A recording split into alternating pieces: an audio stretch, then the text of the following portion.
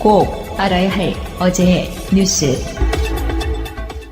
국정조사도 탄핵 심판도 증인 출석을 거부하며 국정농단 조사를 빠져나갔던 이재만 전 청와대 비서관이 검찰에 체포됐습니다. 국정원 특활비 상납 받았습니까? 검찰 조사에서 드리겠습니다. 아니요.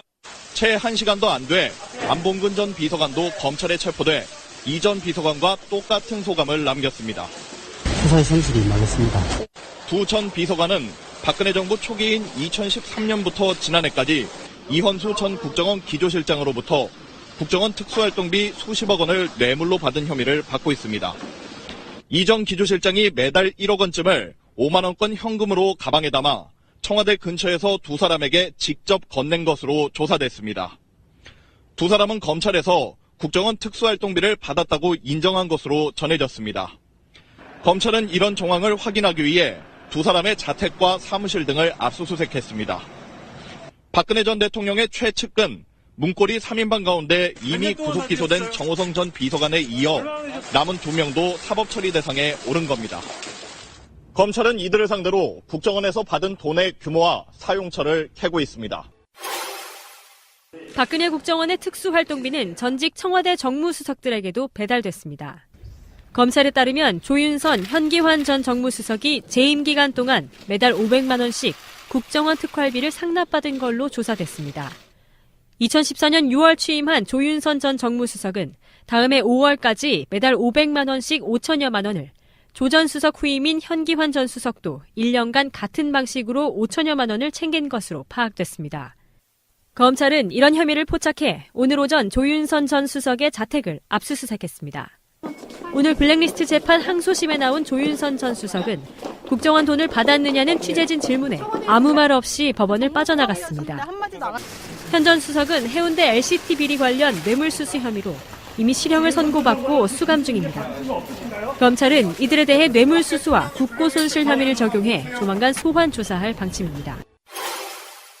검찰은 최근 소환 조사한 이헌수 전 국정원 기조실장으로부터 특수활동비를 청와대에 건넨 이른바 상납이 박근혜 정부 내내 정기적으로 이어졌다는 진술을 확보했습니다. 검찰은 정기적 상납이 당시 국정원장들의 지시로 이뤄졌다는 이헌수 전 실장의 진술을 근거로 박근혜 정부에서 국정원장을 지낸 남재준, 이병기, 이병호 3명 모두의 자택을 오늘 동시에 압수수색했습니다. 검찰은 조만간 전직 국정원장 3명을 잇따라 소환해 청와대에 특수활동비를 상납한 경위를 따질 예정입니다. 특히 이런 행위가 박근혜 전 대통령의 지시에 따른 것인지를 집중 추궁할 계획입니다. 검찰은 이와 함께 국정원 측으로부터 돈을 받은 혐의로 조윤선 전 청와대 정무수석의 자택도 압수수색했습니다. 검찰은 조윤선 전 수석이 이헌수 전 기조실장이 아니라 다른 인물로부터 국정원 자금을 받은 정황을 확보한 것으로 전해졌습니다. 조 전 수석은 1심 재판에서 문학의 블랙리스트 관여 혐의에 대해 무죄를 선고받고 풀려났습니다. 하지만 조윤선 전 수석은 이른바 화이트리스트 연루 혐의로 수사 대상에 오른 데다 이번에 국정원 돈 수수 혐의까지 받게 되면서 조만간 또다시 검찰에 불려와 조사를 받게 될 전망입니다. 사단법인 복지국가 소사이어티가 창립 10주년을 맞았습니다. 여러분의 도움으로 대한민국을 복지국가로 만들 수 있는 단초를 제공했다고 자부하고 있습니다. 그동안의 성과를 보고하고 앞으로 복지국가를 만들어가기 위한 새로운 10년을 준비하는 자리. 바쁘시더라도 꼭 오셔서 축하해주세요. 11월 2일 목요일 저녁 7시 국회 헌정기념관 대강당입니다. 여러분 일정표에 지금 바로 체크체크! 복지국가 소사이어티 창립 10주년 기념행사 꼭 저희와 함께 해주세요. 감사합니다. 방송 중간에 좋아요를 눌러주시면 새날팀들에게 큰 힘이 됩니다. 미리 감사합니다. 세이나. 트위터가 진짜 언론입니다. 걸어다니는 정치백과사전 디테일의 제왕 최민희 의원과 깨먹는 시간. 우리 미니 하고 싶은 말 다 해. 미니미니 22번째 시간입니다. 오늘 화장 예쁘게 하고 오셨습니다. 최민희 의원님. 안녕하세요. 반갑습니다. 예. 일땐 다소곳하게. 네. 편집하려면 해라. 그게 지난주에 예. 그거 나갔어. 나가죠. 거기 재밌는데 그걸 왜 놓쳐요, 제가. 자, 최민희 의원님의 동반자십니다. 동반자? 같이 다니시잖아요. 동반하잖아요. 동반. 동반자는 보통 동반자는 너무 과하지 않아, 그치? 좀 모닝도 보시고 모닝 모시는 거지. 동반하고 처음부터 말꼬리 잡기 좋았어요. 예. 근데요, 기대하겠습니다. 예, 오늘 제가요 정봉주 전 의원하고 옛날에 이제 말지에서 같이 일을 했는데 정봉주 의원하고 이제 다시 만나서 25년 만에. 뭐 황혼의 로맨스 이런 거야? 지금 뭔 소리야? 그렇게 다 알려져 있잖아요. 정봉주가 최민희를 좋아했다. 뭐. 쫓아다녔죠. 그때는 제 얼굴이 이렇지 않았죠. 그런데 지금도 예쁘세요. 왜 이러세요? 아니 그런데 지금은 그 예뻐봤자 할머니고. 근데 동반자 소개도 아직 안 했거든요. 네. 정치적 동반자는 아니고 네. 도로의 동반자 우리 이주영 실장님. 안녕하십니까, 이주영입니다. 최민희 의원님 일단 소개 좀 해드릴게요. 수도 없이 똑같은 이야기를 해야 인식이 됩니다. 민주당 디지털 소통위원장, 현 남양주 병지역위원장. 네. 여기에는 지금 주광덕 씨가 현역으로 계십니다. 자, 지역구는요, 이주영 실장님 몫입니다. 네, 와북, 읍, 진건읍, 교안면, 태계원면, 금곡동, 양정동, 지금동, 도농동 8개 읍면동입니다. 안타까운 건 이 지역을 지금 선거법 재판이 끝나야 되는데 최민희 의원 안 계실 때 우리가 좀 털었던 것처럼 지금 1심이 좀 판결이 이상하게 나오긴 했어요. 항소했습니다. 네, 당연히 항소하셨겠죠. 일단 1심은 뭔가 좀 제가 봤을 때는 의정부 지법의 판사 이야기도 있고요. 전 2심에서 확 뒤집힐 걸로 보는데 문제는 그 재판이 끝나지 않으면 이 지역구를 소개해드릴 의미가 하나도 없어요. 어저께 기자가 전화가 와서 얘기해 준 바에 따르면 그날 이제 원외 지역위원장의 선거일이었는데 기자들이 왔었대요. 근데 그거를 보면서 왜 저렇게 가혹하게 하냐, 저 판사가. 그러니까. 이상하다. 너무 가혹하다. 그렇게 얘기를 나누었다는데요. 그 가혹한 이유에 대해서는 제가 좀 너무 세게 문재인 대통령을 선거 때 했을까요? 토론에 나가서 너무 세게. 뭐 그런 증언도 있을 거고 아시잖아요. 적폐 세력들이 우리나라 곳곳에 뿌리 박혀서 한 자리씩들 아직도 하고 있는 측면이라 그 세력들을 무너뜨리는 데 있어서 음수사원이라고 불리는 최민희 의원님이 좋은 대접을 받을 리는 전 없다고 생각하고요. 2심에서는 전 확실하게 뒤집힐 것으로 봅니다. 제도로서의 민주주의가 흔들리고 구타는 일은 이제 없습니다. 민주주의가 밥이고 밥이 민주주의가 되어야 합니다. 제가 전화를 한 통 받았습니다. 예, 누구의 전화냐면 전 원책 변호사의 전화를 받았습니다. 근데 전화의 내용은 제가 김어준하고 방송을 하면서 그 국정원에서 돈 받고 글 썼다는 그 글쓴이들 이름을 쭉 얘기했는데 거기에서 전원책 변호사를 얘기했다. 이런 제보를 받았다는 거예요. 그래서 저는 김어준하고 일단 방송을 한 적이 없다. 그런데 그 얘기를 한 건 푸나님하고였더라고요. 내가 김어준이 됐네요. 네. 이런. 김어준보다 푸나님이 더 멋있는데. 쫄지 마, 씨발. 그래서 이제 그 말인즉슨 그 언론닷컴이라는 데가 그 전원책 변호사의 글을 무단으로 실은 거다. 언론닷컴 쪽에서 뭐 연락을 받은 바도 없고 원고료를 받은 바도 없다. 예, 정정해달라. 조사해보면 나오겠죠, 뭐. 네, 그래서 일단 전원책 변호사의 말을 전해드립니다. 예. 그러니까 푸나님이 그때 우리가 지난주 새날 방송 중에 그 국정원에서 돈 받고 글 쓴 보수 농객 최초 폭로 그걸 누가 뜯어가지고요. 유튜브 동영상을 올렸어요, 2개를. 그런 분들 많아요.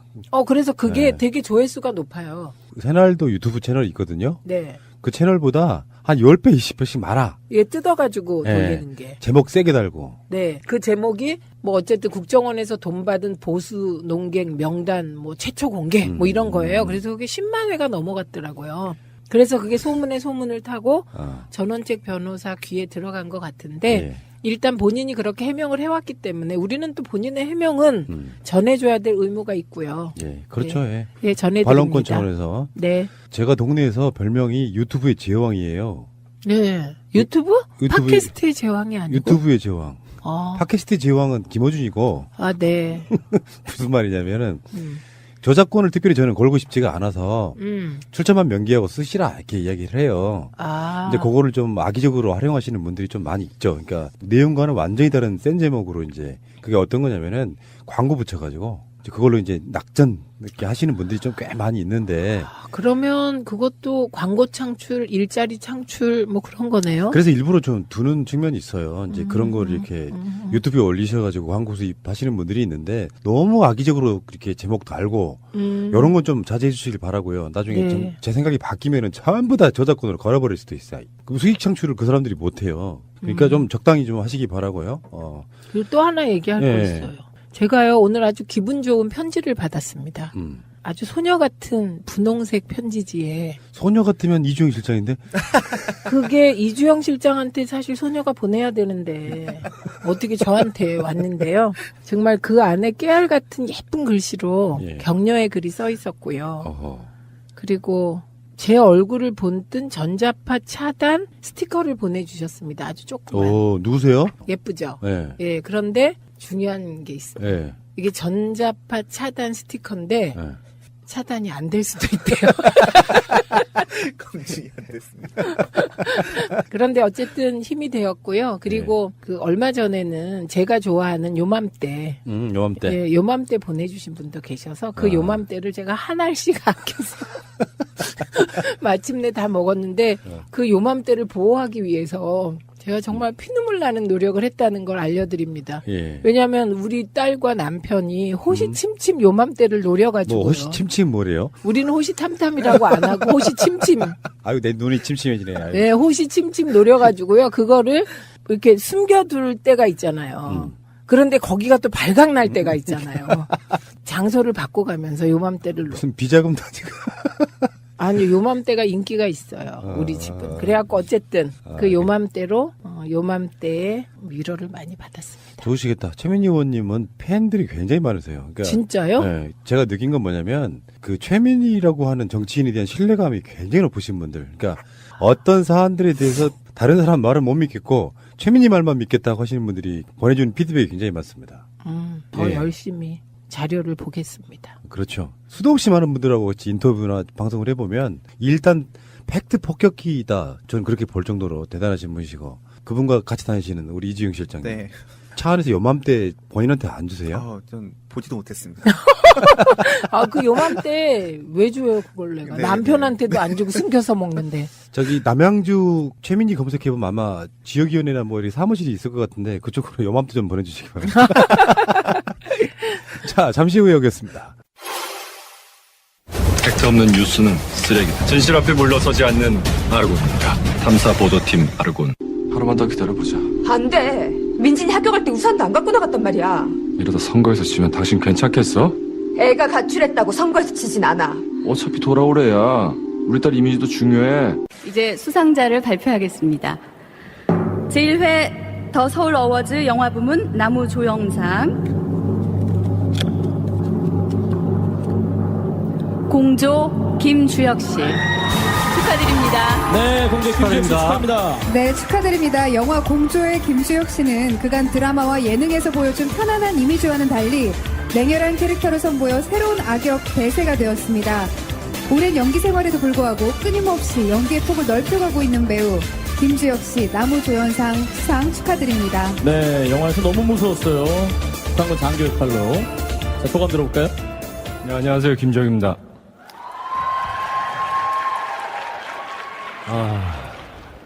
영화에선 상 처음 타봅니다. 올해로 연기 생활한 지 20년 되는데 이런 큰 상을 받게 돼서 너무 감사드리고요. 항상 갈증이 있었습니다. 공조란 차기성 역할, 어찌 보면 악역인데 항상 제가 했던 역할들이 로맨틱 코미디물을 많이 해가지고 이런 역할에 대한 갈증이 있었는데 저한테 이런 기회를 주신 김소원 감독님과 그리고 JK 윤재윤 감독님께 너무 감사드리고 공조 모든 식구들에게 감사드립니다. 그리고 무엇보다도 저한테 가장 큰 힘이 되는 분은 저희 나무 액터스의 김정도 사장입니다. 제 친형보다 더 형 같은 사람입니다. 너무 감사드립니다. 그리고 이 상은 하늘에 계신 저희 부모님이 주신 것 같습니다. 감사합니다. 네, 축하합니다. 뭐 정치 이야기는 아닌데요. 지금 굉장히 좀 애도의 물결이 있는 게 바로 배우 김주혁 씨의 사망 사건인데 어제 우리 방송 중에 나왔던 얘기라 중간에 뭐 제대로 다루지를 못했는데 제대로 된 정상적인 사회가 되면 박근혜 정권 같은 데는 뭐 블랙리스트를 만들어서 방송이나 영화를 못하게 만들었다고 하는데 네. 제대로 된 사회가 되면 배우들도 사회의 중요한 한 축으로서 자리매김 하잖아요. 지금도 뭐 우리나라가 그렇게 돼가고 있는 측면이 있는데 전도 유망했던 배우의 어떤 사망 사건이 국민들에게 주는 상실감이 굉장히 큰 것 같다는 생각이 좀 들어요. 이 김주혁 씨는 얼마 전에 아르곤이라는 네. TVN 드라마를 찍었어요. 근데 이 아르곤이 과연 참 방송인은 무엇인가를 다룬 거예요. 그러면서 거기에 현실 속에 일어난 일들을 넣죠. 이제 거기가 여성 주인공이 천우희인데요. 예. 아주 독특한 매력의 소유자잖아요. 그런데 이 천우희가 시용 기자로 나와요. 시용 기자? MBC 이야기네?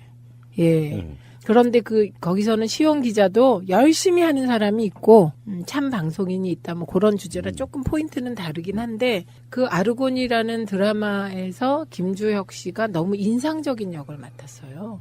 예, 아주 정말 참 방송인다운 앵커를 맡았었거든요. 그게 마지막 작품이 결국 된 것이죠. 지금 촬영을 끝내놓은 작품이 2가지나 있다고 그래요. 네. 그게 이제 뭐 드라마나 영화로 나오면 유작이네요. 굉장히 아픈 거겠어요. 이게 보통 일은 아니지 않습니까? 그렇죠. 그리고 참 인생 무상을 갑자기 느끼게 하는 것 같기도 한데 또 이분이 나온 그 영화 중에 손예진하고 같이 주연했던 영화가 있어요. 그게 정치인으로 나왔는데 거기서 머시중한대를 유행시킨 네, 그 영화.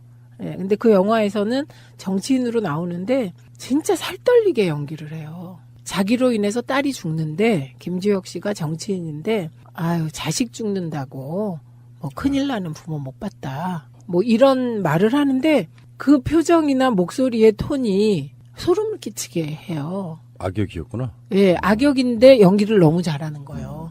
그러니까 되게 진짜 연기자 같은 느낌이라 저는 그 김주혁이 나오는 영화나 드라마를 좀 찾아보는 쪽이었거든요. 깜짝 놀랐어요. 아이고. 자 어쨌건 부검 결과가 일부는 나왔어요. 확적 성분은 한 일주일 후에 나온다고 하고. 뇌에 받은 타격이 사망에 이를 만큼 심각했다. 그거 나온 거죠. 네. 자, 어찌됐건 사람이 다치거나 죽거나 이런 일은 좀 없었으면 좋겠다.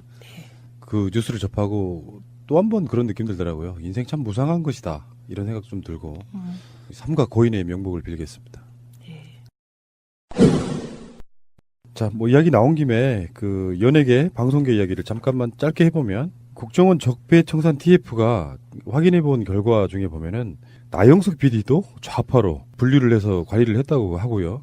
국정원이 CJ를 사찰하는 후에 청와대에 보고하기도 하고 뭐 이런 과정을 거쳤다고 해요. 그러니까 문화, 연예계 전반에도 이런 식의 관리가 있었다는 것이 굉장히 충격적이네요. 실명이 이제 문성근, 뭐 김여진 이 느낌하고 또 그 나영석은 또 좀 다르죠. 완전히 다르죠. 왜냐하면 나영석 PD 같은 경우는 TVN으로 옮겨간 이후에 꽃보다 시리즈, 그 다음에 삼시세때 시리즈로 진짜 주가를 올리고 있는 분인데 그럴 수 있는 이유가 이 사람이 진짜 참 예능 PD이기 때문에 그래요. 그런데 이런 사람까지도 좌파로 규정하고 관리했다는 게 그게 느껴지지 않아요? 이명박근혜 정부와 같은 시각. 그러니까 예를 들면 국제시장만 좋아하는 시각이 아니면 전부 좌파였던 것 같죠. 우리 아니면 다 우리 아니면 다 좌파.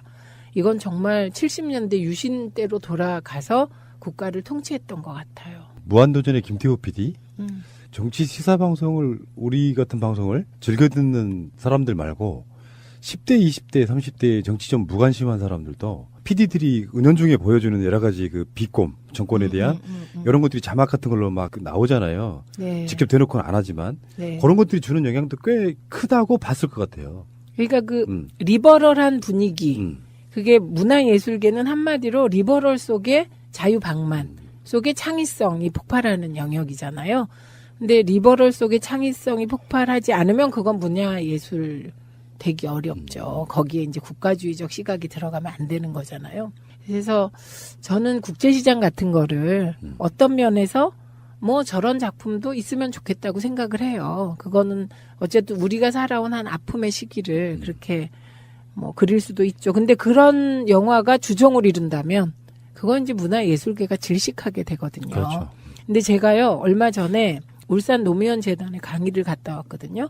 올라가고 내려가면서 불현듯 갑자기 히틀러가 어떻게 히틀러가 됐을까? 그게 궁금한 거예요.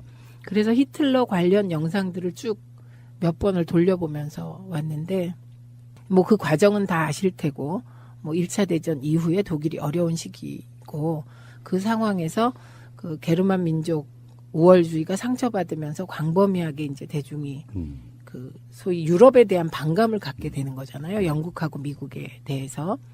그거를 배경으로 하는데, 그 히틀러가 쭉 장악을 해나가는 과정에서 하는 일이 거기도 분석행위를 하더라고요. 결국은 생각을 바꾸고 획일적으로 만드는 과정에서는 이제 책을 불태우고 문화예술을 통제하는 과정이 들어가는 거죠. 그래서 결국은 이제 전체주의가 되는 거거든요. 그러니까 되게 무서운 상황을 우리가 겪었구나. 그렇죠. 예, 그런 생각이 들더라고요. 국민이 현명하다고 느끼는 건 만약에 박근혜 씨라고 하는 의도했건 안 했건 독재자잖아요. 그 독재자가 그대로 임기를 마치게 만들었다면 지금 현 시점쯤에는 어떤 일이 벌어졌을까 생각하면 끔찍하지 않습니까? 이렇게까지 끔찍해요. 국정을 농단하고 장악했던 자들이 어떤 조작과 어떤 모략들을 통해 가지고 나라를 엉망으로 만들어서 저는 진짜로 끔찍하거든요. 새가 날아든다는 여러분들의 하트를 먹고 삽니다. 잊지 않으셨죠? 에피소드 제목을 누르고 플레이가 되면 오른쪽 위에 하트를 꼭 눌러주세요. 오늘도 감사합니다. 더 많은 분들이 들을 수 있도록 하트 꼭 눌러주세요. 앞으로도 무궁무진 나오는 게 제가 두려울 정도인데요. 이미 그 교수님들 있죠. 지식인 블랙리스트.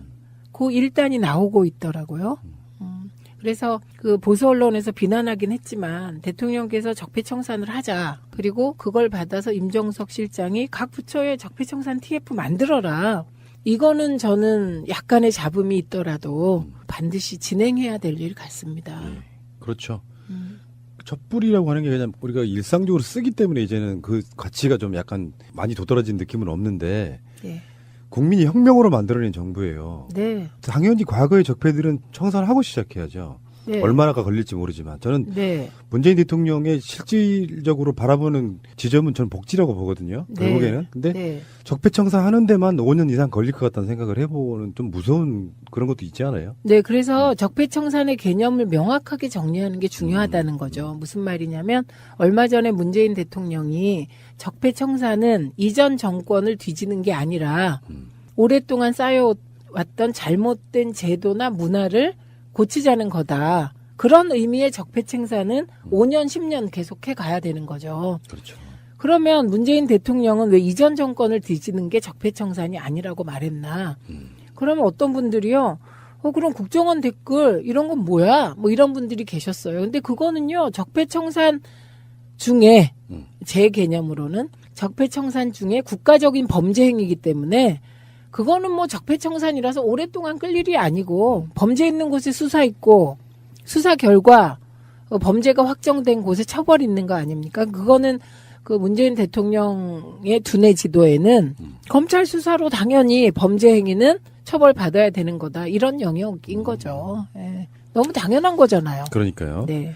자, 알겠습니다. 본격적으로 이야기 한번 들어가 볼게요. 어마어마해요. 나오고 있는 것들이.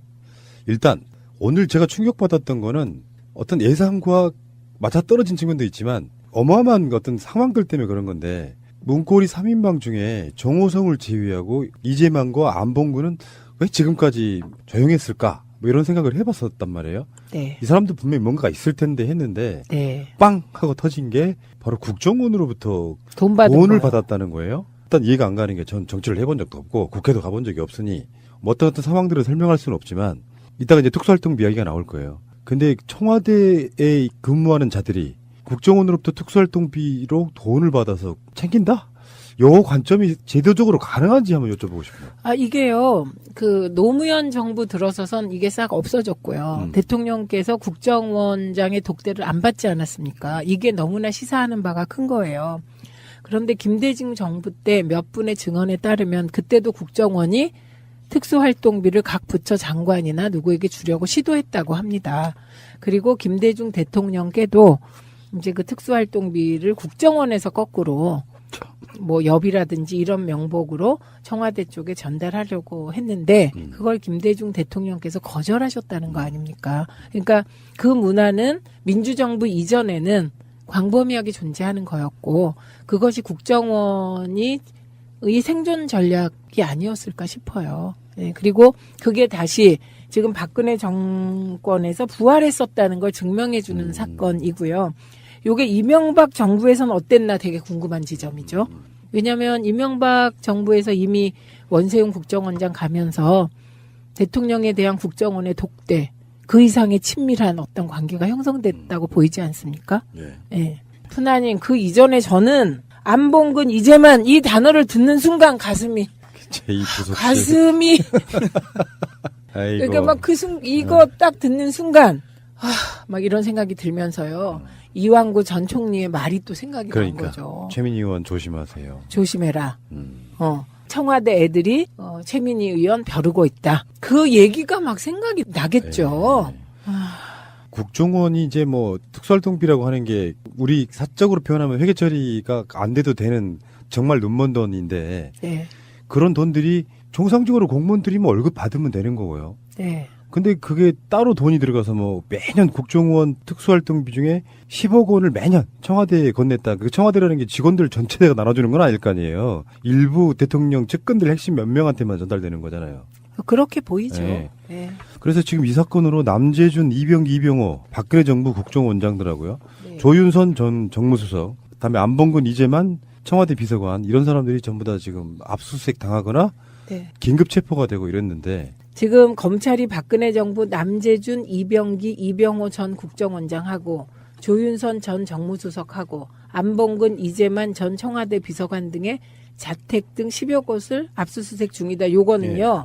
상당히 많은 증거를 가지고 있다 이 뜻이에요. 그렇겠죠. 네. 그리고 이분들은 다 그 돈에서 자유롭지 않다 이런 의미입니다. 그러니까 회계 자료가 나왔다고 보는 게 맞겠죠? 네. 네. 그래서 이렇게 압수수색할 수 있는 거지 뭐 제보만으로 압수수색 못 하거든요. 이헌수 전 국정원 기획조정실장 이 사람 조사하는 과정에서 매년 특활비 수십억 원이 청와대로 갔다. 이 진술도 확보가 됐다 그러고요. 그게 대충 한 40억 원이라고 알려져 있더라고요. 근데 저는 40억만일까? 이런 생각을 혼자 했어요. 요즘에는 하도 막 돈의 규모가 수백, 수천억 조단이라서 작게 느껴지는데 개인 몇 명이 갔다 그러면 엄청난 돈이에요. 청와대가 국정원으로부터 돈을 건네받은 통로가 안봉근 제2부속 비서관, 이재만 총무비서관. 아니 이렇게 국정원에서 돈까지 받고 이러면서 나를 벼rus단 말이야 진짜? 그러니까. 당신들 머릿속엔 도대체 무엇이 들어있는 것인가? 정말. 그리고 안봉근 제2부속 비서관 제가 제2부속실을 없앴습니다. 사필, 기정, 인과, 응보. 지금 빙의 되셔가지고 방송을 못했어요. 정호성도 현재 구속 중이라서 그렇지 거기에 포함되어 있다라고 해요. 그러니까 다시 말씀드리지만 국정농단이라고 하는 게 그런 거네요. 단순하게 박근혜의 명을 받아서 뭐 개했다기보다는 그들도 그들 나름대로 실속을 챙겨가면서 박근혜가 국정농단을 하게끔 방조 또는 보조 또는 뭔가 국정원의 프락치 역할까지 했다고 보는 게 맞을 것 같다는 생각이 드는데. 네. 이런 거죠. 우리가 흔히 문고리 3인방이라고 얘기를 하잖아요. 그러니까 개선 조직을 초월한 초법적 권력이라는 뜻이에요. 대통령과의 지근거리로 평가된. 그러면 핵심 권력, 실세잖아요. 그럼 실세를 왜 하려고 사람들이 하겠어요. 실세에게 모든 게 집중된다는 거죠. 그렇습니다. 그리고 국정원 돈이 이렇게 건네주는 통로가 실세다. 그러면 저는 이 돈이 이제만 안봉근 비서관이 썼을까? 이게 어느 정도 윗선까지 올라갔을까? 네, 되게 궁금해요. 그러니까 그렇게 비선으로 돈을 받아서 최소한 김기춘, 조윤선 정도에겐 갔겠죠. 자기들끼리 만약에 인마이 포켓 하다가 그 내부에서 만약에 비서실장이 알게 됐다, 정무수석이 알게 됐다, 그럼 그 뒷감당하기가 어렵지 않았을까 이런 추측을 해봅니다. 그러면 우병우까지 한번 넣어봅니다. 김기춘, 우병우, 조윤선. 근데 그 외에 몇 명도 있을 수 여기서 있고. 우병우가 빠졌잖아요. 예. 그 검찰의 압색 대상에서. 근데 우병우는 이미 일단 굉장히 부자 아니에요? 지금 푸나님 갑자기 원래 99섬 가진 자가 한 섬 가진 자 걸 뺏어서 100섬 채우려고 하는 게 그게 돈의 법칙이에요. 이주영 실장님. 네. 대표적인 인물이 하나 있죠. 그런 인물. 정말 대표적인 인물. 다스 주인. MBC? 국정원장 3명. 이 사람도 전부 이게 국정원 예산 수십억 원을 현금화해서 직접 전달한 의혹을 받고 있다. 국정원장이 청와대에 들어가면 네. 문고리 3인방 등을 만나서 네. 봉투로 찔러주고 요 역할을 했다는 거잖아요. 그러니까 이게 국정원의 위상이 어떻게 됐는지를 정말 여실히 보여주는 장면입니다. 한번 상상해 보세요. 문고리 3인방, 대통령의 실세예요, 통로. 그러면 돈을 줄 때 문고리 3인방이 이렇게 딱 돈을 주면 아이고 황송합니다. 이렇게 받았을까요? 이게 사람이 어떤 누구로부터 정당한 노동의 대가가 아닌 돈을 받게 되면요. 아주 불공정해지는 측면이 있어요. 그쵸. 받았다고 하는 건 그렇게 해주겠다는 뜻이거든요. 그렇죠. 그런 측면이고 지금 특수활동비를 잠깐만 이야기 한번 해볼게요. 정부를 통틀어 가지고 2016년에 특수활동비가 8,870억 원이었답니다. 네. 그게 사실 이제 감사 안 받는 돈이라는 뜻이죠, 이게. 네. 올해는 8,990억 원이었는데 거의 1조에 가까운 돈이에요. 네. 작년에 비해서 올해가 120억 정도 늘었고요. 네. 그중에 2017년에 국정원의 특수활동비 예산이 4,947억. 네. 지난해보다 86억 늘었는데 정부 전체 특수활동비 예산의 55%. 이건 왜 이렇게 돼야 되죠? 이게 이제 애초에는 밝힐 수 없는 회계를 투명하게 공개할 수 없는데 국정원이 활동하는데 혹은 정부가 활동하는데 드는 돈이 있다는 가정하에 생긴 돈이에요. 네. 그러니까 말할 수 없는 영역이 저는 있으리라고 생각이 듭니다. 있겠죠, 있기야. 그런데 이게 점점 규모가 늘어나서 이제 1조 원 가까이 되고 있다. 이겁니다. 그러면 이 즈음에서는 이게 막연하게 수사와 정보 수집 등 사용처를 밝히면 지장을 받을 우려가 있는 경우에 한한다. 이 조항을 좀 더 세분화해야 될 것 같아요. 이제는. 그렇죠. 네. 그러니까 지금 국정원 계획의 핵심 중에 하나가 전 특수활동비 등등이라고 보거든요. 네. 특수활동비인데 법인카드 같은 걸로 사용 내역이 나오는 거 말고 현찰로 지급되는 게 49.7%래요. 그럼 요거는 이제 가라로 만들어내는 영수증들이 있을 수 있잖아요. 네. 이러면서 이게 이따가 다시 이야기가 나오겠습니다만 청와대에만 꼰질러 준 게 아니고 그 특수활동비를 이용해서 무슨 민간 단체 만들고 지원해주고 하면서 정권 유지에 쓰이는 그러니까 사실 국가의 첩보 활동을 위해서 사실 쓰라고 내려주는 돈인데 그 돈들을 정권 유지를 위해서 야당 탄압하는데 시민들 탄압하는데 썼다는 게 그게 문제인 것 같고요. 그렇죠. 그러니까 되게 이제 세금은 목적성 재정 지출이에요. 지출할 때 목적이 명확해야 되는데 이게 애초에 그 보수단체를 지원해서 이제 정파적으로 활용하라 이런 목적은 있을 수가 없는 겁니다. 지출 요목에. 이게 그 자체가 범죄 같아요. 문재인 대통령도 취임 초기에 특수활동비 안 쓰겠다 그러셨죠. 50% 줄이겠다 그랬죠. 그 50% 줄이셔갖고 그걸로 뭐 청년 지원 하는 거 하겠다 뭐 이렇게 얘기를 했죠. 국정원이 특수활동비로 아까 방송 초반에 말했던 여론몰이용 인터넷 매체도 설립하고요. 네. 언론닷컴? 그 특수활동비 나온 거고요. 네. 사이버사에 연간 30억 내지 60억 원의 특수활동비를 또 지원했고요. 이 중에 일부는 사이버사 심리전단 부대원들에게 수당 성격의 활동비로 지급됐다고 합니다. 그러니까 이게요. 만약에 특수활동비가 영수증이 첨부되는 것이었다면 좀 더 일찍 사이버 심리전단의 댓글 문제가 드러날 수도 있었다. 그렇죠. 네, 네. 네, 검은 돈 뒤에 숨은 검은 댓글 작업이었던 거죠. 박승춘 전 국가보훈처장이 만든 단체가 있는데 국가발전미래교육협의회 줄여서 국발협이라고 하는데 네. 여기도 특수활동비를 통해 지원을 해줬어요.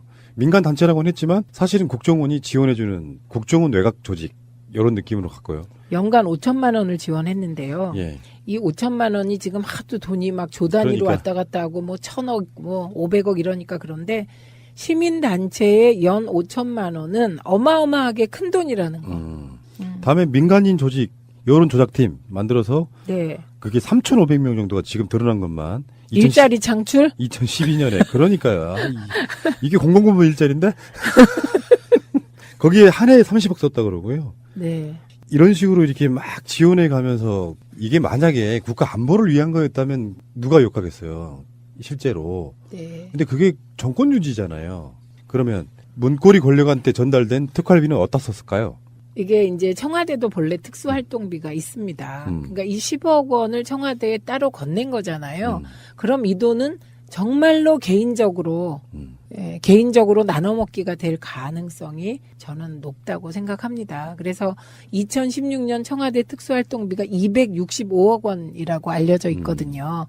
근데 265분의 10 하면 이건 그렇게 큰 돈이 아니잖아요. 그렇죠. 예, 그런데 그러니까 이제 이게 안봉근 이재만 전 비서관이 다 썼을 거다 이런 추정도 가능하고요.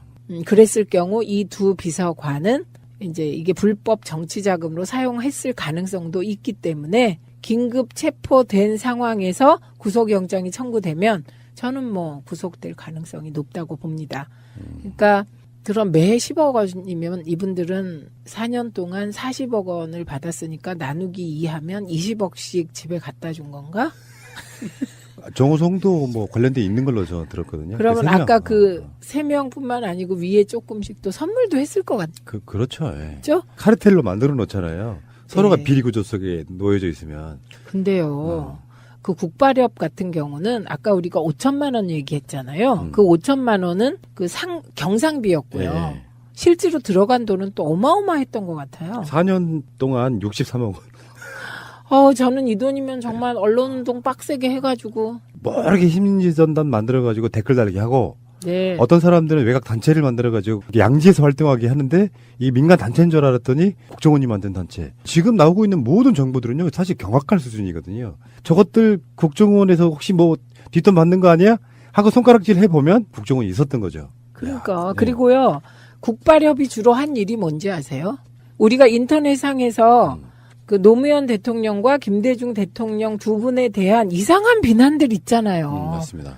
그 비난하는 것을 정책인 듯이 그렇게 해서 그 일을 이 말도 안 되는 특수활동비로 한 거죠. 그래서 박승춘 보훈처장이 아주 캐션마크의 인물이었잖아요. 그렇죠. 이명박 박근혜를 걸쳐서 거의 7년 했죠. 보훈처장. 가장 장수했죠. 예. 그런데 아무리 쫓아내라고 야당이 난리치고 언론이 난리쳐도 끄덕도 안 했잖아요. 그게 그렇죠. 이 사람이 이 63억 때문이에요. 이거 서로 약점 잡히는 거잖아요. 박승춘 씨도 저희들의 공적 중에 하나였는데 네. 곧 포토라인에 서시겠군요. 그렇죠. 네. 그다음에 진짜 이건 크게 뭐랄까 관심 받고 있는 이슈는 아닌데 실제로 국정원이 법원에 있는 판사들의 진보적 판사들의 모임이라고 하죠. 네. 우리법위원구의 해체 심리전도 벌였다는 거예요.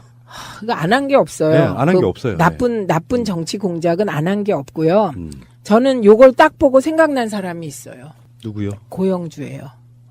고영주가 제가 국감할 때 문재인은 공산주의자 그 테이프를 입수해갖고 국감에서 틀었거든요. 그때 사법부에 김일성 장학생이 있다고 얘기했어요. 그 자리에서 사법부에도 김일성 장학생이 있다. 뭔가 이게 연결되지 않습니까? 그러니까요. 예, 그리고 고영주가 김기춘 만난 거 그런 사진까지 제가 공개했거든요. 그러니까 고영주라는 사람은 그냥 단지 어느 날 박문진 이사장으로 턱 온 게 아니고 뭔가 이 보수 정권의 핵심 논리도 제공하고 말도 안 되는 그 친북 좌파 논리를 제공하면서 막 나가는 막 던지는 색깔론의 생산자일 수 있는 거예요. 그 당시에 그 정권들에 보면 주요 사회적 포스트에 있는 인물들 이렇게 진출시킬 때 그러니까 네. 낙하산으로 내리 꽂을 때 네.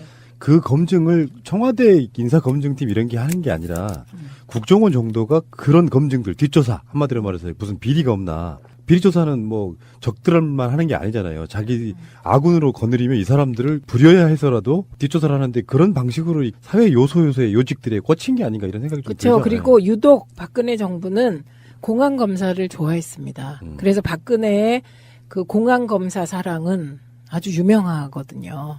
예, 공안검사. 김기춘도 공안검사. 고영주도 공안검사. 예, 황교안도 공안검사. 예, 예. 그래서 그 공안검사의 시각으로 사법부를 바라보면 말도 안 되는 거지만 우리법 연구회에서 활동하는 판사들은 김일성 장학생으로 나는 본다 이렇게 나오는 거죠. 고영주. 직접 못하니까 자유주의 진보연합 이 사람들과 공모해서 우리법 연구회 회원 명단과 활동 내용을 월간 조선 등 언론사에 전달하고 드디어 등장. 기사화를 유도해서 단체 해체 여론을 조성. 네, 이거 지금 이제 우리가 좀 까먹기도 하고 그랬는데 이 우리법 연구회하고 뭐 국제인권연구회 그 판사들이 만든 그 두 단체가 표적이었습니다. 표적. 그래서 말하자면 판결이 날 때 보수 언론이나 정권과 좀 다른 판결이 나면 그때마다 등장한 게 우리법 연구회. 그래서 그 이정열 판사님인가요? 네. 예, 그분은 아예 그만두고 지금 아주 맹렬 활동을 하고 계시잖아요. 사무장. 네. 이정열 사무장님. 그 의원님 말씀하신 것처럼 사회 분야 요소에 손을 안 뻗친 것이 없다. 예를 들면 사법부까지. 네. 국정원은 행정부 영역이잖아요. 근데 그 사법부까지 뻗쳐서 예전에 그런 얘기도 많이 나왔거든요. 그 법원에 이제 판사들 특채 임용하는 경우 있잖아요. 네. 그런 경우에 국정원 직원이 면접받다 그런 얘기도 수년 전에 나왔던 얘기거든요. 네. 그러면 자기가 소신껏 어떻게 판결을 하겠습니까? 그러니까 이걸 조금 더 확대시켜 나아가 보면 예를 들어서 최민희 의원님 거는 그냥 좀 뺄게요. 네. 예를 들어서 뭐 말도 안 되는 이상한 판결 내는 경우 있잖아요. 구속영장 발부라든지. 네.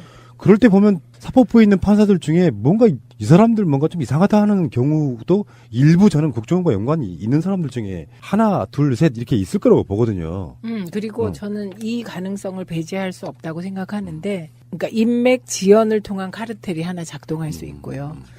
그 다음에 최동욱 건에서 보듯이 저는 이명박 박근혜의 국정원은 민주정부에서 없어졌던 개인 사찰을 했을 것 같습니다. 그래서 개인에 대한 여러 자료가 있을 것 같아요. 최민희. 근데 저는 중요한 게 아무리 뒤져도 안 나오니까요. 여기저기서 다 뒤져도 안 나오니까 결국은 토론회에서 뭐 말한 걸 갖고 허위사실로 건 거가 아닐까 이렇게 생각을 저는 해요. 저는 하는데 그 정도가 아니라 최근에 떨고 있는 정치인들이 많이 있다고 합니다. 여자 관계 때문에. 헐. 거의 뭐 예상할 수 있는 거잖아요. 에이. 근데 그게 우리 정권은 안 하는데 이명박근혜 정부는 그걸 했을 거다. 이렇게 보고 그냥 스스로 떤다는데요. 참. 그래서 더 극렬하게 나가는 경우도 있고 막 그래요. 조용히 사라지거나. 최민희 첩보 요맘때를 좋아함. 그러면 이게 잘못 오독해가지고 가을을 좋아함. 요맘때는. 자, 의원님과 관련 있는 거라서 짧게 두 가지만 언급할게요. 단말기 완전 작업자. 이게 이제 의원님의 어떤 그 정치적 이력에 있어서의 중요한 지점 중에 하나잖아요. 네. 근데 보니까 이번 국정감사 보니까 단말기 완전 자급제가 이동통신 3사라든지 또는 단말기 회사인 뭐 LG나 삼성이라든지 쪽에서 나름 반응은 긍정적인 것 같아요. 약간 결은 조금씩 다르지만. 근데 그 긍정적이라는 거 잘 읽어보셔야 돼요. 논의를 해볼 수 있다. 뭐 좋은 법안이 될 거다. 그 법안이 원칙적으로 동의한다. 뭐 이런 얘기거든요.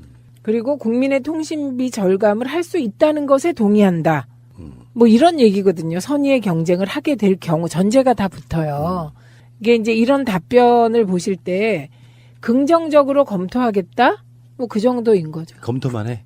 네, 그러니까 이거는 굉장히 복잡한 문제예요. 이것도 일종의 저는 적폐라고 보거든요. 애초에 이제 통신시장을 키우기 위해서 정부가 정책을 처음에 쓸 때 너무 몰아주기 정책을 쓴 것이죠. 그렇죠. 네, 이게 우리가 보면요.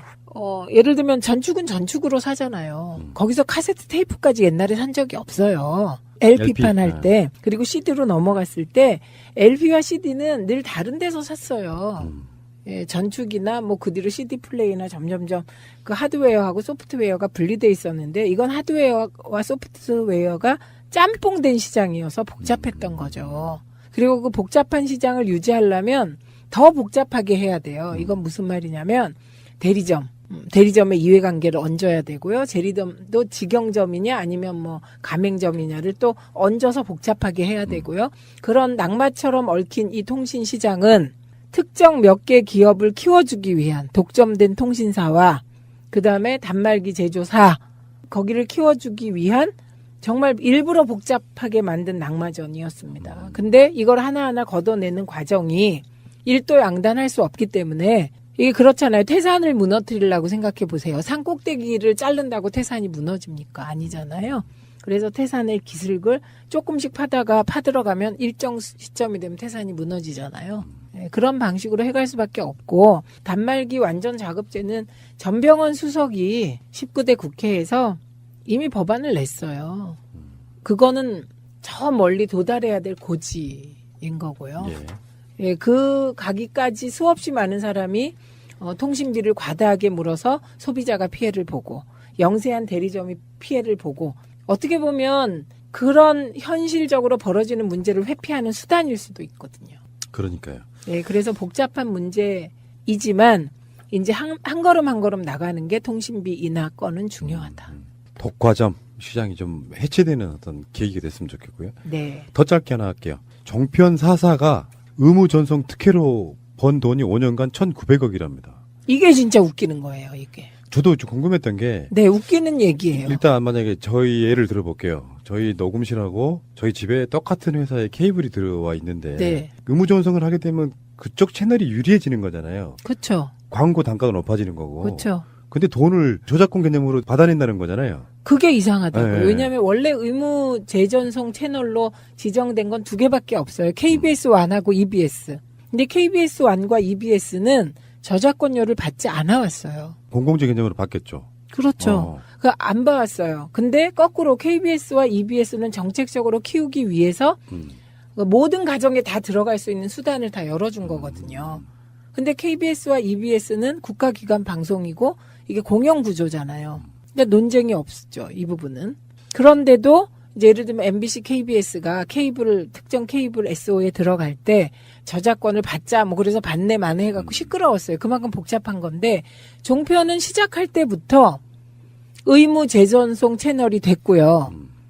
독특하게 내용도 별로 없었는데 초기에 내용이 없었잖아요. 없었는데 저작권을 받았어요. 그러니까 이게 특혜 중에 특혜예요. 이해가 안 되고. 이해 안 가는 특혜. 왜냐하면 보통 저작권료를 받는 거는 음악도 좋은 음악이 있어서 제가 그 음악을 들어요. 그러면 이게 클릭하면서 제가 돈을 내고 또 그 애초에 이제 저작권자가 돈을 또 일부를 받고 이런 거잖아요. 그런데 종편 프로그램이 처음에 경쟁력이 없었잖아요. 제가 아까 그 유튜브 이야기 했잖아요. 유튜브의 네. 제왕 이야기. 네. 푸는 이유 중에 하나가 중요한 건 전파라고 보는 사람이거든요. 네. 어떻게든지 전파가 되는 거였으면 좋겠다고 생각해서 그냥 저작권 이야기는 안 하고 있는 거거든요. 네. 근데 이 사람들은 일거양득의 수익을 올린 거예요. 네. 네. 네. 참, 그러니까 이명박이 종편을 어떻게 밀어줬고, 요 방식으로 어떻게 해서 이들이 성장했는지, 뭐, 이렇게 생각을 하면 되는 네, 거예요. 지금요, 나온 김에 말씀드리면, 종편의 최대 특혜가 이 머스트캐리예요.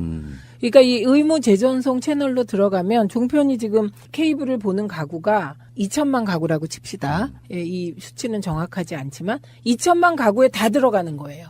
그러니까. 그거부터가 시장이 어마어마하게 넓게 네. 시작한다는 거거든요. 근데 보통 유료방송 사업자가 이렇게 머스트 캐리를 초기에 따는 거는 뭐 하늘의 별 따기로 보시면 돼요. 특혜 중에 특혜. 예, 이거죠. 그 다음에 두 번째는 유료방송 채널이 보면 200번 몇백 번까지 있잖아요. 그렇죠. 근데 종편들이 모여있는 그 구간을 보시면 그게 15번부터 20번 사이라고요. 저희의 경우는 15번이 JTBC예요. 그 다음에 17번이 MBN인가? 그렇고 18번이 채널A, 뭐 19번이 TV조선 그렇거든요. 그러니까 굉장히 앞부분에 배치되어 있는 거예요. 연합뉴스 TV나 YTN보다 더 앞에. 연합뉴스 TV나 YTN은 공영적 소유 구조인데도 밀린 거죠. 지상파가 어떤 보도 개념에 어떤 사라지고 나서 국민들에게 여론전에 이러한 또 있다고 봐요. 채널의 번호가 예. 11번부터 이하는 지상파, 그 다음에 10번대에는 종편 위주고, 네. 그 다음에 20번대에는 YTN이나 연합뉴스 같은 보도 채널이 해서 그 앞쪽 채널들이 대부분 다 장악하고 있는데 네. 뻔하게 언론 구조에서 조중동 매라고 표현해야 되겠죠. 네. 종편은 국민들 자체가 일종의 이런 보도들로 인해서 세뇌됐던 그런 시절이 그래서 있었잖아요. 2012년 대선 때 종편 때문에 졌다 이 말이 나온 거고요. 근데 그게 더 확장해서 보면 공영방송 다 장악돼 있었잖아요. 그렇게 됐고 또 하나 있는 게 19번에서 20번 계속 가다 보면 홈쇼핑 채널이 따다다닥 들어있습니다. 그러니까. 예, 저는 이 홈쇼핑 채널이 집중적으로 도입된 이 이명박 정부, 이 시대는 홈쇼핑 채널만 들여다봐도 많은 문제점이 있을 거다 이렇게 네, 봅니다. 그렇겠죠. 그냥 허가 내지는 않았을 거예요. 네. 네, 알겠습니다. 잠시 후에 2부에서 뵙겠습니다. 최민희의 방송은 다음 에피에서 이어집니다. 완전한 대한민국 문재인과 손잡고 다시 하는 우리 대한민국. 끊지 마세요. 끊지 마세요.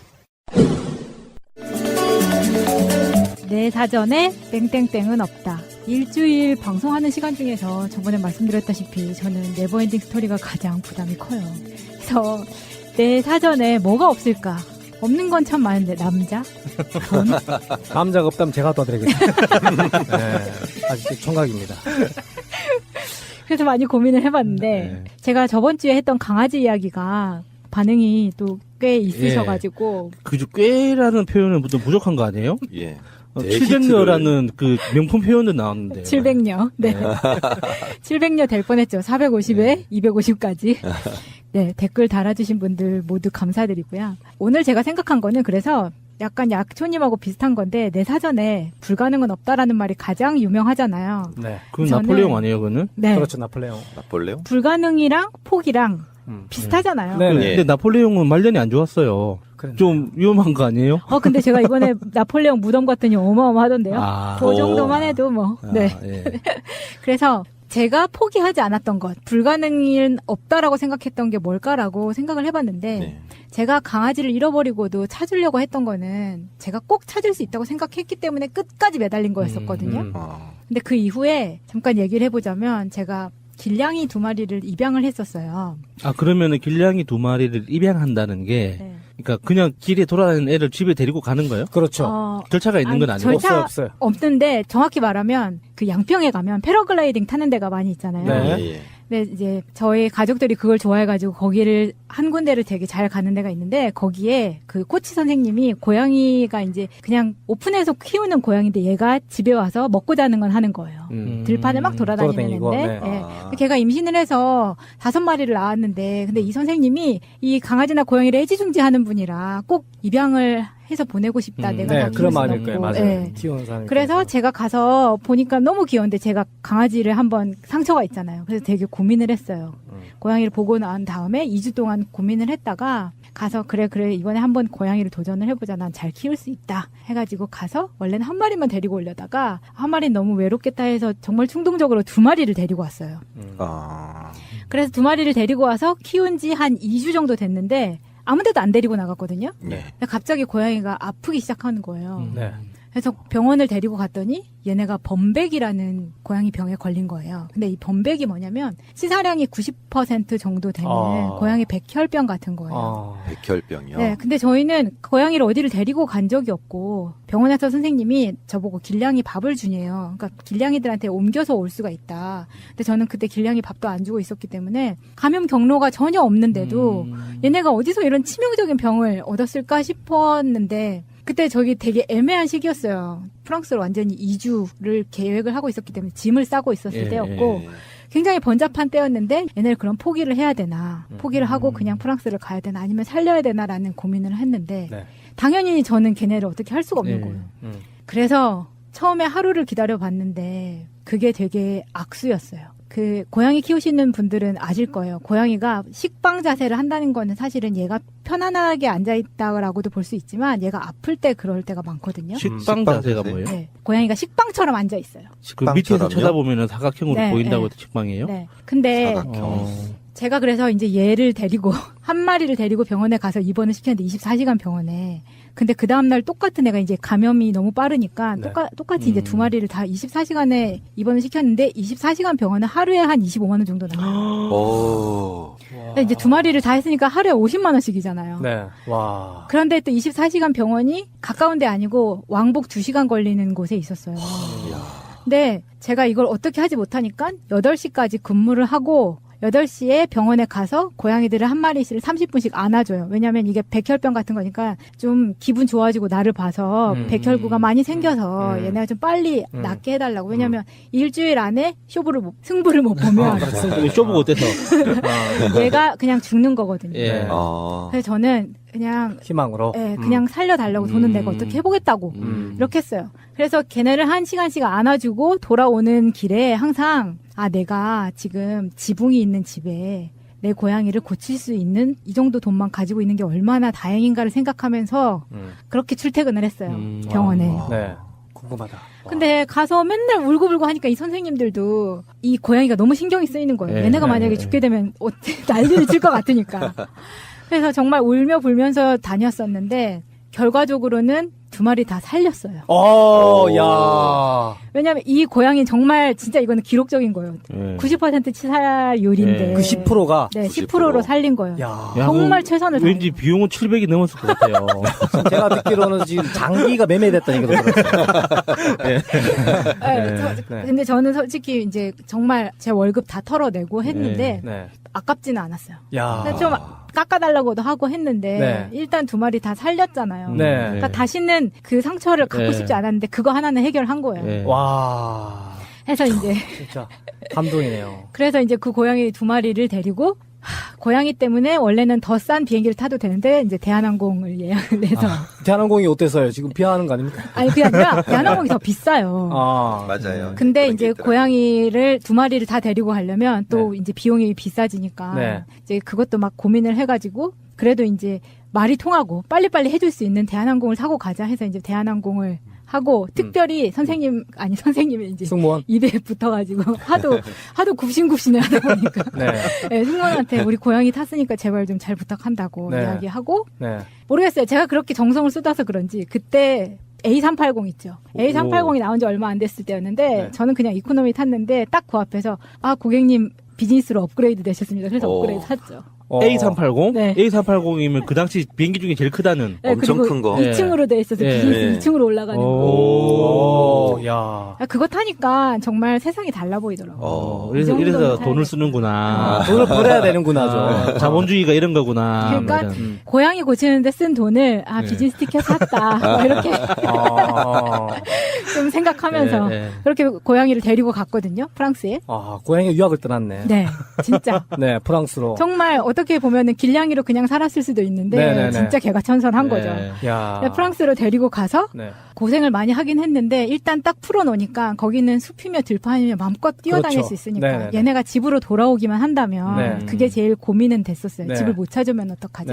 그래서 이제 프랑스에 있는 집에 고양이 문 왔다 갔다 할 수 있게끔 조그만한 문을 달아서 집안에 가둬둘 수는 없으니까 풀어놨더니 얘네가 산에서 토끼도 잡아오고 두더지도 잡아오고 막 이러는 거예요. 진짜 그러면은 그 고양이들이 그러니까 자기가 사랑받는 거는 확실히 알았나 보네요. 고양이가 자기가 좋아하는 대상한테 그렇게 맞아요. 근데 생쥐를 잡아오든 물어보든 자기가 좋아하고 충성하는 대상이 생기면 그렇게 표현을 한대요. 진짜 그래요. 왜냐면 제가 병원에서 1시간씩 안아줬던 거를 기억을 하는 것 같아요. 그건 확실히. 그럼요. 요물이거든요. 정말. 요물. 혹시 고양이가 멧돼지는 잡아오지 않았나요? 멧돼지까지는 아닌데 정말 자기보다 큰 토끼를 잡아온 적이 있었어요. 토끼가 정말 컸거든요. 그러니까 우리나라에서 볼 수 있는 그런 토끼가 아니었어요. 그런 걸 잡아오더라고요. 돼지 토끼? 그게 저녁에 불을 다 끄고 자고 있는데 뭐가 이렇게 낑낑거리면서 뭘 이렇게 물고 들어오는 소리가 들어오는 거예요. 그거를 팍 물어서 갑자기 침대로 휙 던지는 거예요. 그래서 제가 갑자기 헉 하고 이렇게 불을 딱 켰는데 토끼가 야, 그 토끼 어떻게 하셨어요? 그래서 근데 그 토끼는 어떻게 할 수가 없으니까 저희는 묻어줬죠. 그냥 묻어줬어요. 뱃속에 들어간 건 아니고 얘네가 그거를 잡아먹는 게 아니라 그냥 잡아서 가지고 오는 거에 흥미를 느끼더라고요. 뭔가 보은하겠다는 그런 뜻으로 하네요. 그러던 어느 날 첫째 나리가 그러니까 한 이틀 정도 안 보이는 거예요. 그러니까 첫째 날 밤부터 저는 얘가 안 보이는데 어디 갔지? 와서 밥은 먹고 나갔나? 이제 이렇게 생각을 했는데 아무래도 안 들어온 것 같아가지고 이제 그때부터 이제 방법이 없잖아요. 너무 광활하니까 찾을 데가 없는 거예요. 이걸 내가 어떻게 해야 되나? 한국 같으면 고양이 탐정이라는 게 있거든요. 진짜요? 네. 고양이 잃어버리신 분들이 정말 처음 들어본다. 24시간 전에 잃어버리자마자 빠를수록 좋아요. 고양이 탐정 찾아보시면 있거든요. 전화를 해서 이 사람을 부르면 이 사람들이 고양이가 행적이나 이런 걸 잘 파악을 해가지고 정말 잘 잡아준대요. 찾아준대요. 진짜 신기하다. 프랑스에는 그런 게 없으니까 내가 직접 찾아야 되잖아요. 근데 이제 저희는 저희 집 근처에는 이웃도 없고 가장 가까운 이웃이 3km 이내에 있고 하다 보니까 일단 제가 찾아 나섰어요. 처음에는 어떻게 했냐면 반경에 한국말 들을 수 있는 건 저밖에 없으니까. 처음에 나리야 이러면서 그냥 슬슬 걸어 다니면서 찾았는데 집 주위에도 없으니까 이제 점점 산 쪽으로 넘어갔어요. 나리야 이제 크게 부르잖아요. 보통은 나리야 하면 우리 고양이들은 나리야 보리야 부르면은 저기 있다가도 탁탁탁탁 하고 와요. 강아지처럼. 거기까지 훈련이 돼 있었는데 내가 불러도 안 오는 거예요. 그러니까 저는 점점 멀리까지 산책을 가면서 나리야 하고 크게 부르는 거예요. 그러면 반경의 한국말이 정말 아무도 없는 그 프랑스 땅에 울려 퍼지잖아요. 그것도 되게 저한테는 이상한 느낌이었거든요. 그렇게 한 2시간 정도 걸었는데 저 멀리서 정말 희미하게 야옹 하는 소리가 들리는 거예요.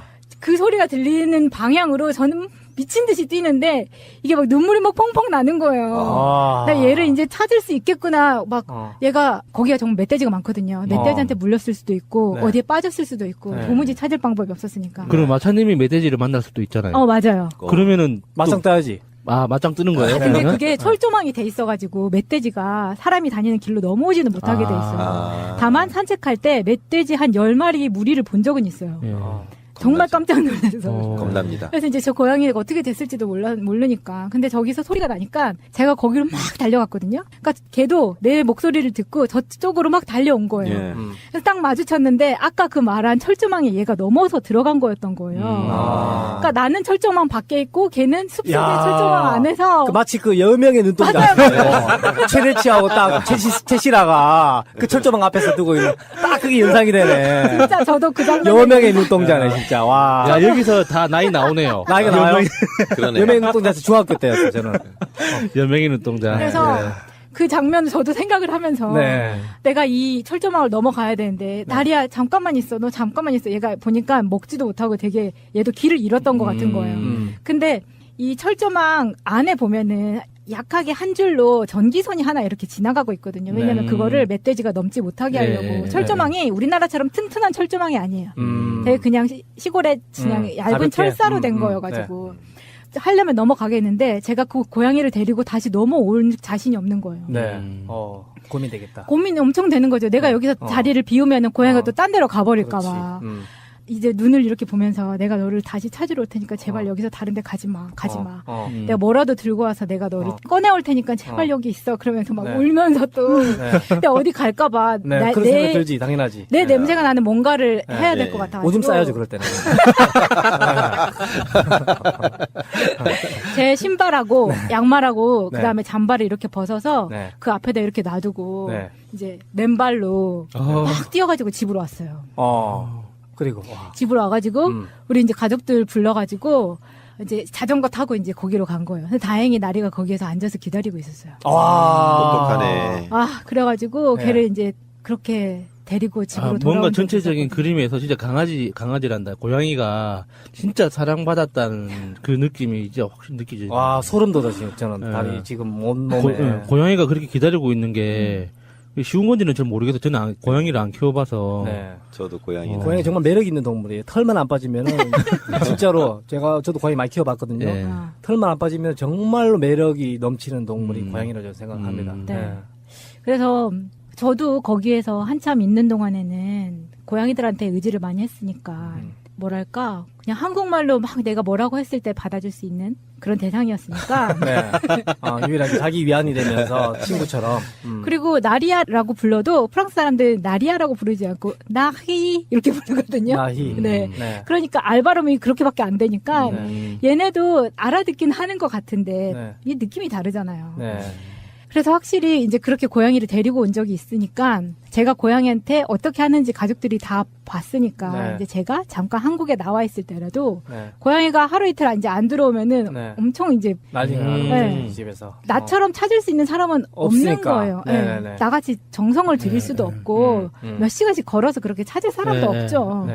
그리고 얘를 데리고 병원에 갔을 때 병원에서 의사가 뭐라 그랬냐면은 아니 남한에서 고양이를 데리고 왔다는데 똑같이 생겼는데 왜 데려오셨어요? 이런 이야기를 하더라고요. 그게 무슨 말이에요? 그러니까 프랑스에 고양이 똑같이 넘친다. 생겼는데 애들 많은데 왜 데리고 왔냐 이제 이런 거죠. 저도 뭔가 다를 거라고 생각을 했었는데 고양이가 똑같이 다 생겼어요. 똑같아요. 그럼요. 똑같더라고요. 똑같아요. 네, 저도 캐나다 고양이나 미국 고양이나 다 똑같더라고요. 근데 약간 자부심 같은 게 있었던 게 얘네가 정말 사냥을 잘해가지고 저희가 있는 곳이 그 새 보호 지역이거든요. 그래서 저희 이제 아버님이 새가 그 창틀에 새집을 지어가지고 거기에 알을 6개를 낳은 게 있었어요. 너무 예쁘고 희귀종이어가지고 아버님이 되게 조심조심하면서 거기를 뭐가 와서 이렇게 해코지라도 할까봐 나무로 이렇게 가려놓고 막 이랬었거든요. 근데 어느 날 아버지 막 소리를 지르고 막 난리가 난 거예요. 가서 봤더니 나리가 그거를 6개를 홀라당 해먹은 거예요. 고양이가. 그거를 나무로 문으로 막 이렇게 대놓고 막 이랬는데도 얘가 어떻게 들어가가지고 그렇게 한 거예요. 단백질이 부족했나 보지. 그 아래 또 단백질이 많으니까. 그래서 저는 이제 이게 되게 미안하게 된 상황이잖아요. 제가 한 것도 아닌데. 그렇죠. 이거. 근데 그렇다고 해서 가족들도 다 강아지 고양이 예뻐하니까 뭐라고는 못하는데 그런 이제 안타까운 일들이 벌어지기는 하죠. 궁금한 게 하나 있는데요. 프랑스에서는 동물병원에서 돈을 받나요? 네, 받아요. 아, 거기는요? 사람은 안 받는 거 아닌가요? 사람은 일단 내가 돈을 내고 다시 환불을 받거나 이런 방식으로 돼가고 건강보험도 잘 돼 있는데 프랑스는 예를 들어서 수술. 중성화 수술. 중성화 수술. 저희 한국에서 안 하고 프랑스 가서 시켰거든요. 얼마예요? 왜 그랬냐면 비싸서 그랬는데 거기 2마리 다 하는데 10만 원 정도. 싸네. 한국은 보통 한 마리당 25만 원 정도 하거든요. 중성화. 그래요? 네네네, 마리당. 그러니까 좀 비쌌죠. 비싸서 이제 그렇게 가긴 했었는데. 프랑스. 네, 건강보험이나 뭐 그런 것들이 잘 모르겠어요. 제가 그걸 가입을 안 해서 그런지 모르겠는데 그런 거는 있는 것 같아요. 프랑스 정도면은 진짜 그 동물 건강보험도 있을 것 같네요. 프랑스 얘기 나와서 그런데 제 일화 간단하게 해도 괜찮나요? 네. 저도 옛날에 유럽 여행을 한번 간 적이 있는데 그때 4개국을 돌았는데 그중에 일단 프랑스도 돌았어요. 그래서 그때 프랑스 라데팡스라는 지역이 있는데 거기 민박집을 저는 이용했거든요. 민박집을 이용하는데 여자친구가 그때 당시에 유학을 하고 있었고 영국에서 초등학교 동창이었거든요. 제가 반장 때 부반장했던 정말이죠. 5학년 때.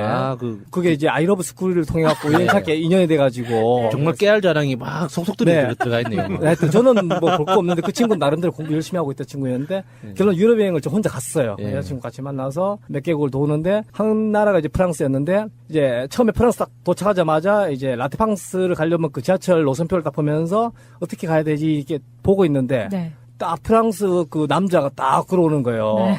딱 오더니 이제 친절하게 딱 우리에게 이제 묻는 거예요. 어디 가시려고 하냐 했길래 우리 여기 라데팡스 가려고 한다라고 했더니 그럼 자기가 도와주겠다 하는 거예요.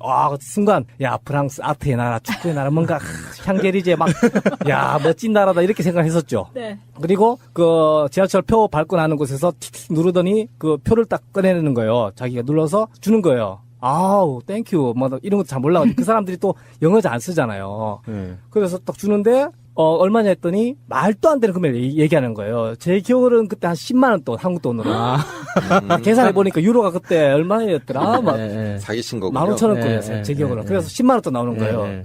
야, 멀쩡하게 생겨갖고 이놈 눈앞에서 지금 진짜 코를 베어가네 내 앞에서. 와, 근데 이거 뭐 방법이 없는 거 달라고 하는데 안 줄 수는 없는데.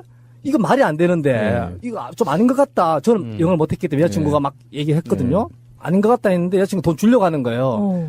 있어 봐봐. 이거 잠깐 이건 분명히 뭐가 있다 하다가 저 멀리 보니까 그 창구가 딱 있더라고요. 저 멀리에. 안 되겠다. 야, 창구로 가자. 저 표 똑같은 거 보여주면은 저 얼마 나올 거 아니야. 해갖고 창구로 같이 갔죠. 가니까 요 놈이 도망가는 거예요.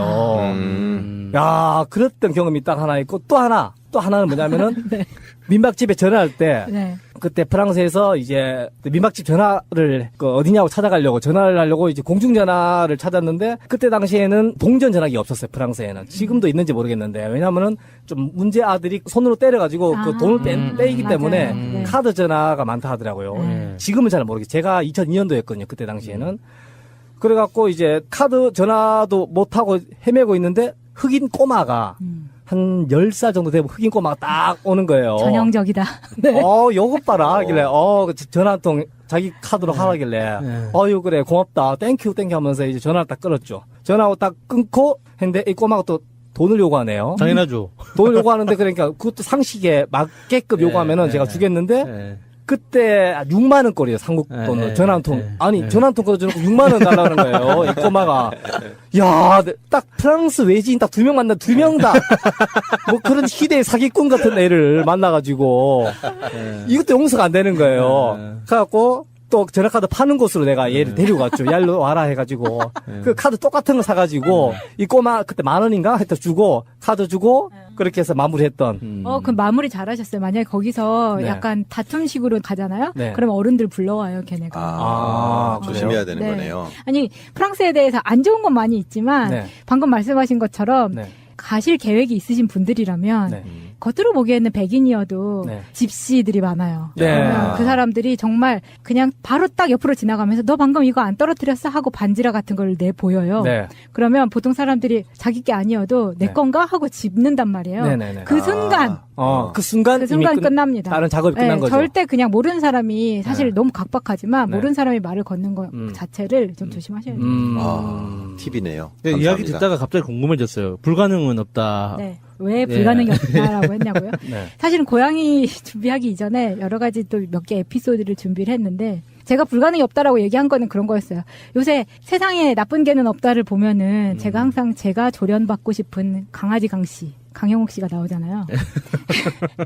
거기서 보면은 사실 강아지를 포기하지 않는 사람들, 강아지나 고양이를 포기하지 않는 사람들이 되게 많이 나와요. 네. 네, 제가 프랑스 가서 그러니까 프랑스 가기 전에도 고양이를 솔직히 포기하려면 포기할 수 있었는데 하지 않았던 거는 제가 살릴 수 있을 거라는 희망과 그다음에 정말 포기하고 싶지 않았던 의지가 있어서 네. 된 거였는데 네. 만일에 잘못됐었어도 저는 후회하지 않았을 것 같아요. 제가 최선을 다했기 때문에. 했기 때문에.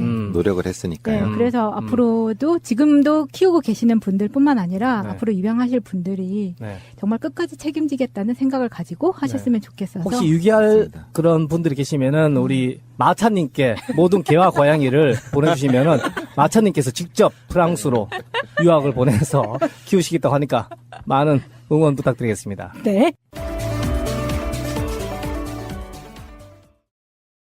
뭐 황혼의 로맨스 이런 거야? 아, 지금 뭔 소리야? 그렇게 다 알려져 있잖아요. 정봉주가 최민희를 좋아했다. 뭐. 쫓아다녔죠. 그때는 제 얼굴이 이렇지 않았죠. 그런데 지금도 예쁘세요. 왜 이러세요? 아니 그런데 지금은 그 예뻐봤자 할머니고. 근데 동반자 소개도 아직 안 했거든요. 아, 네.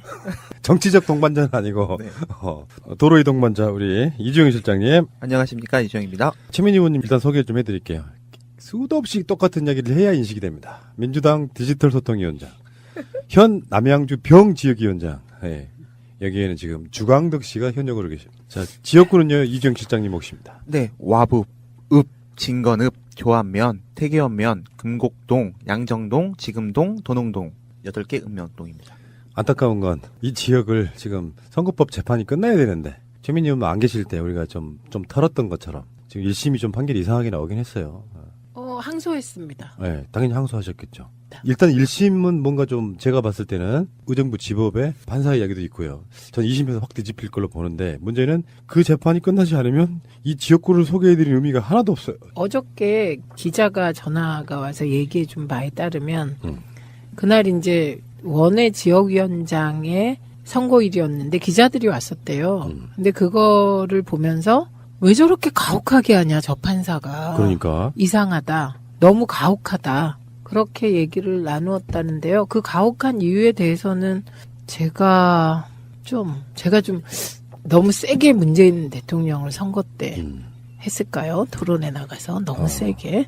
뭐 그런 증언도 있을 거고 아시잖아요. 적폐 세력들이 우리나라 곳곳에 뿌리 박혀서 한 자리씩들 아직도 하고 있는 측면이라 그 세력들을 무너뜨리는 데 있어서 음수사원이라고 불리는 최민희 의원님이 좋은 대접을 받을 리는 전 없다고 생각하고요.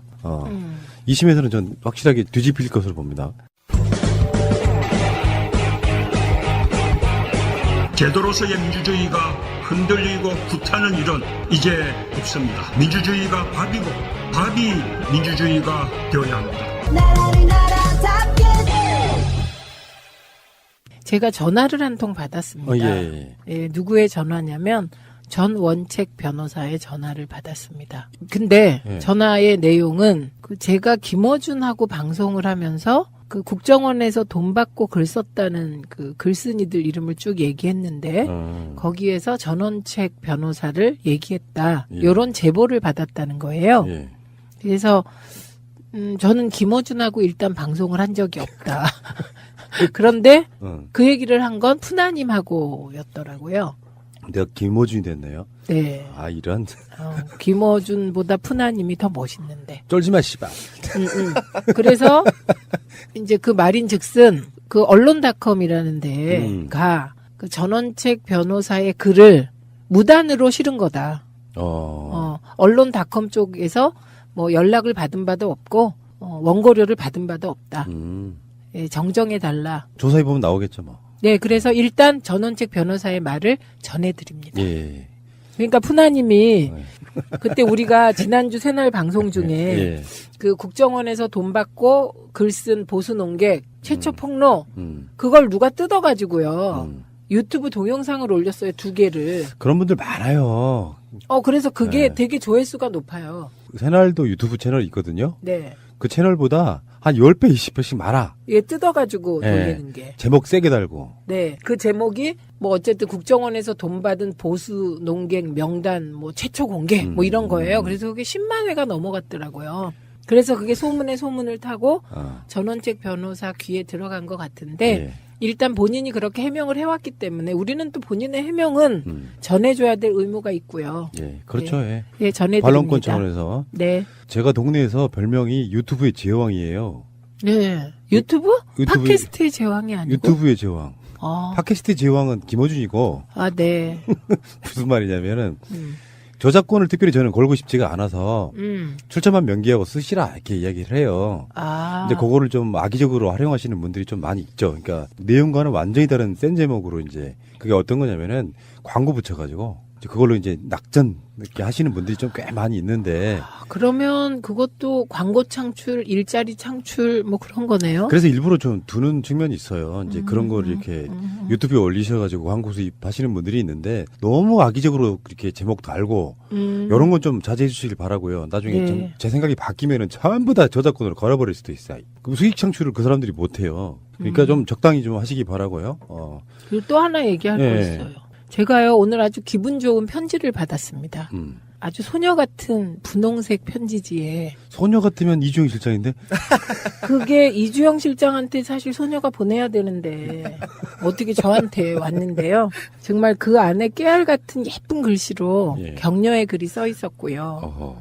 그리고 제 얼굴을 본뜬 전자파 차단 스티커를 보내주셨습니다. 아주 조그만. 누구세요? 예쁘죠? 네. 예, 그런데 중요한 게 있어요.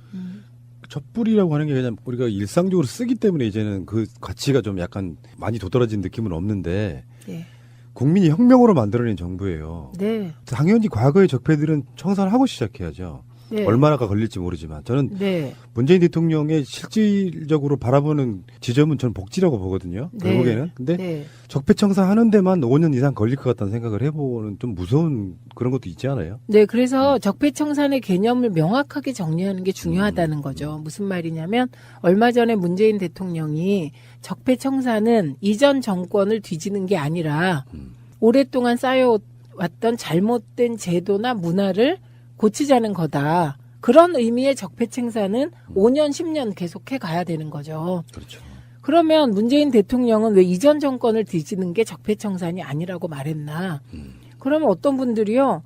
그럼 국정원 댓글 이런 건 뭐야? 뭐 이런 분들이 계셨어요. 근데 그거는요. 적폐 청산 중에 제 개념으로는 적폐 청산 중에 국가적인 범죄 행위이기 때문에 그거는 뭐 적폐청산이라서 오랫동안 끌 일이 아니고 범죄 있는 곳에 수사 있고 수사 결과 범죄가 확정된 곳에 처벌 있는 거 아닙니까? 그거는 그 문재인 대통령의 두뇌 지도에는 검찰 수사로 당연히 범죄 행위는 처벌받아야 되는 거다. 이런 영역인 거죠. 예. 너무 당연한 거잖아요. 그러니까요. 네. 자, 알겠습니다. 본격적으로 이야기 한번 들어가 볼게요. 어마어마해요. 나오고 있는 것들이.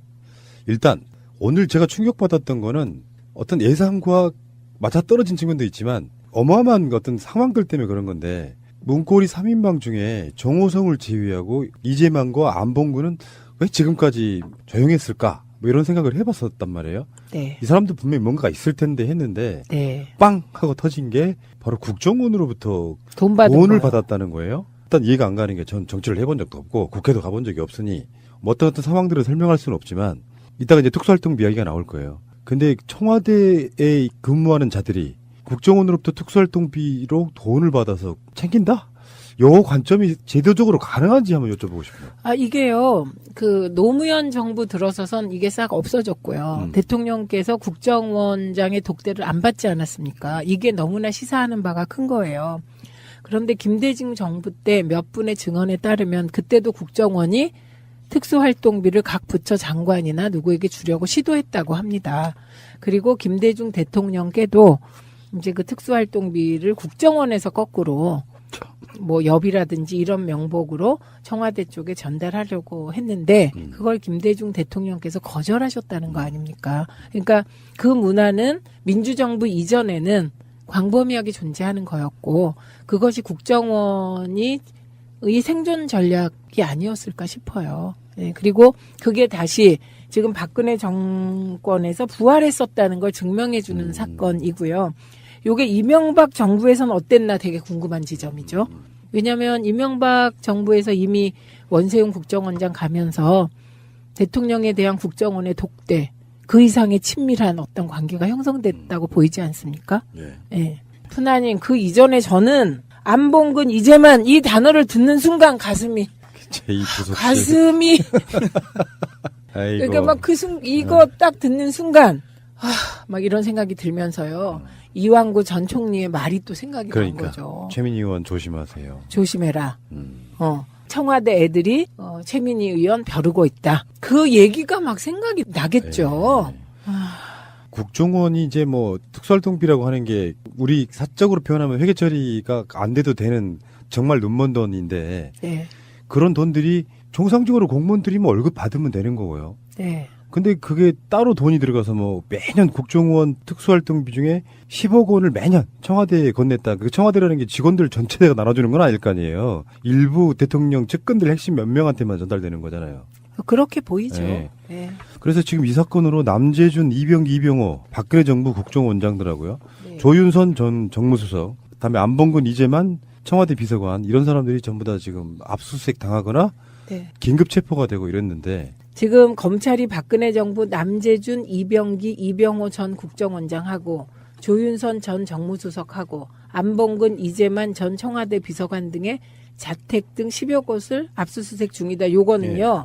상당히 많은 증거를 가지고 있다 이 뜻이에요. 그렇겠죠. 네. 그리고 이분들은 다 그 돈에서 자유롭지 않다 이런 의미입니다. 그러니까 회계 자료가 나왔다고 보는 게 맞겠죠? 네. 네. 그래서 이렇게 압수수색할 수 있는 거지 뭐 제보만으로 압수수색 못 하거든요. 이헌수 전 국정원 기획조정실장 이 사람 조사하는 과정에서 매년 특활비 수십억 원이 청와대로 갔다. 이 진술도 확보가 됐다 그러고요. 그게 대충 한 40억 원이라고 알려져 있더라고요. 근데 저는 40억만일까? 이런 생각을 혼자 했어요. 요즘에는 하도 막 돈의 규모가 수백, 수천억 조단이라서 작게 느껴지는데 개인 몇 명이 갔다 그러면 엄청난 돈이에요. 청와대가 국정원으로부터 돈을 건네받은 통로가 안봉근 이게 전자파 차단 스티커인데 차단이 안 될 수도 있대요. 검증이 안 됐습니다. 그런데 어쨌든 힘이 되었고요. 그리고 그 얼마 전에는 제가 좋아하는 요맘때. 요맘때. 예, 요맘때 보내주신 분도 계셔서 그 요맘때를 제가 한 알씩 아껴서 마침내 다 먹었는데 그 요맘때를 보호하기 위해서 제가 정말 피눈물 나는 노력을 했다는 걸 알려드립니다. 예. 왜냐하면 우리 딸과 남편이 호시침침 요맘때를 노려가지고요. 뭐 호시침침 뭐래요? 우리는 호시탐탐이라고 안 하고 호시침침.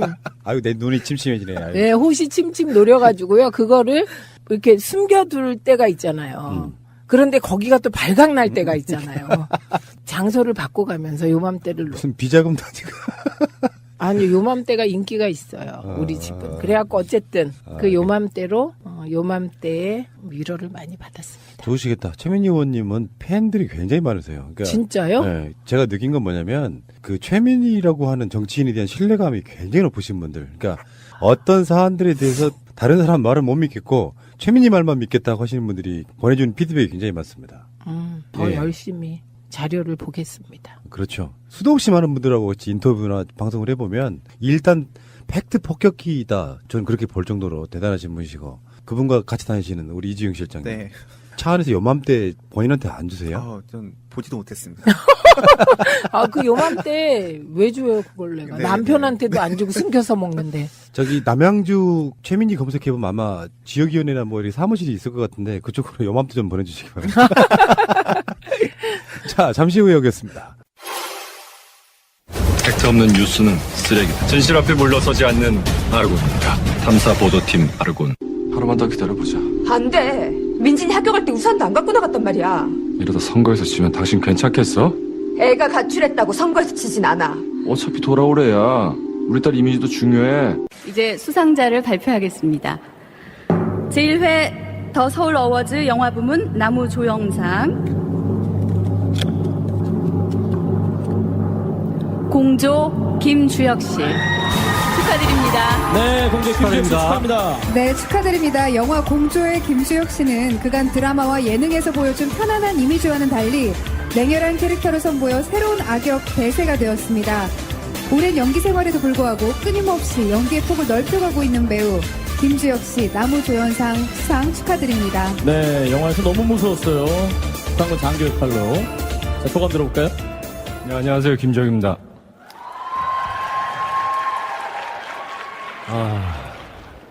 영화에선 상 처음 타봅니다. 올해로 연기 생활한 지 20년 되는데 이런 큰 상을 받게 돼서 너무 감사드리고요.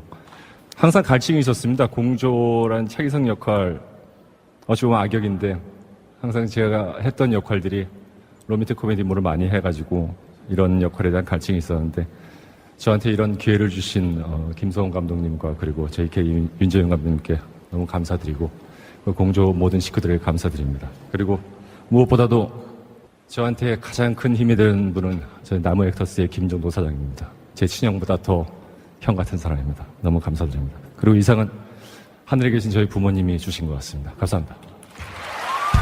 네, 축하합니다. 뭐 정치 이야기는 아닌데요. 지금 굉장히 좀 애도의 물결이 있는 게 바로 배우 김주혁 씨의 사망 사건인데 어제 우리 방송 중에 나왔던 얘기라 중간에 뭐 제대로 다루지를 못했는데 제대로 된 정상적인 사회가 되면 박근혜 정권 같은 데는 뭐 블랙리스트를 만들어서 방송이나 영화를 못하게 만들었다고 하는데 네. 제대로 된 사회가 되면 배우들도 사회의 중요한 한 축으로서 자리매김 하잖아요. 지금도 뭐 우리나라가 그렇게 돼가고 있는 측면이 있는데 전도 유망했던 배우의 어떤 사망 사건이 국민들에게 주는 상실감이 굉장히 큰 것 같다는 생각이 좀 들어요. 김주혁 씨는 얼마 전에 아르곤이라는 네. TVN 드라마를 찍었어요. 근데 이 아르곤이 과연 참 방송인은 무엇인가를 다룬 거예요. 그러면서 거기에 현실 속에 일어난 일들을 넣죠. 이제 거기가 여성 주인공이 천우희인데요. 예. 아주 독특한 매력의 소유자잖아요. 그런데 이 천우희가 시용 기자로 나와요. 시용 기자? MBC 이야기네? 예. 그런데 거기서는 시용 기자도 열심히 하는 사람이 있고, 참 방송인이 있다, 뭐 그런 주제라 조금 포인트는 다르긴 한데, 그 아르곤이라는 드라마에서 김주혁 씨가 너무 인상적인 역을 맡았어요. 예, 아주 정말 참 방송인다운 앵커를 맡았었거든요. 그게 마지막 작품이 결국 된 것이죠. 지금 촬영을 끝내놓은 작품이 2가지나 있다고 그래요. 네. 그게 이제 뭐 드라마나 영화로 나오면 유작이네요. 굉장히 아픈 거겠어요. 이게 보통 일은 아니지 않습니까? 그렇죠. 그리고 참 인생 무상을 갑자기 느끼게 하는 것 같기도 한데 또 이분이 나온 그 영화 중에 손예진하고 같이 주연했던 영화가 있어요. 그게 정치인으로 나왔는데 거기서 머시중한대를 유행시킨 네, 그 영화. 네, 근데 그 영화에서는 정치인으로 나오는데 진짜 살떨리게 연기를 해요. 자기로 인해서 딸이 죽는데 김주혁 씨가 정치인인데 아유 자식 죽는다고 뭐 큰일 나는 부모 못 봤다 뭐 이런 말을 하는데 그 표정이나 목소리의 톤이 소름을 끼치게 해요. 악역이었구나. 예, 악역인데 연기를 너무 잘하는 거예요. 그러니까 되게 진짜 연기자 같은 느낌이라 저는 그 김주혁이 나오는 영화나 드라마를 좀 찾아보는 쪽이었거든요. 깜짝 놀랐어요. 아이고. 자, 어쨌건 부검 결과가 일부는 나왔어요. 화학적 성분은 한 일주일 후에 나온다고 하고. 뇌에 받은 타격이 사망에 이를 만큼 심각했다. 그거 나온 거죠. 예. 자, 어찌됐건 사람이 다치거나 죽거나 이런 일은 좀 없었으면 좋겠다. 그 뉴스를 접하고 또 한 번 그런 느낌 들더라고요. 인생 참 무상한 것이다. 이런 생각 좀 들고 삼가 고인의 명복을 빌겠습니다. 자, 뭐 이야기 나온 김에 그 연예계, 방송계 이야기를 잠깐만 짧게 해보면 국정원 적폐청산 TF가 확인해본 결과 중에 보면은 나영석 PD도 좌파로 분류를 해서 관리를 했다고 하고요.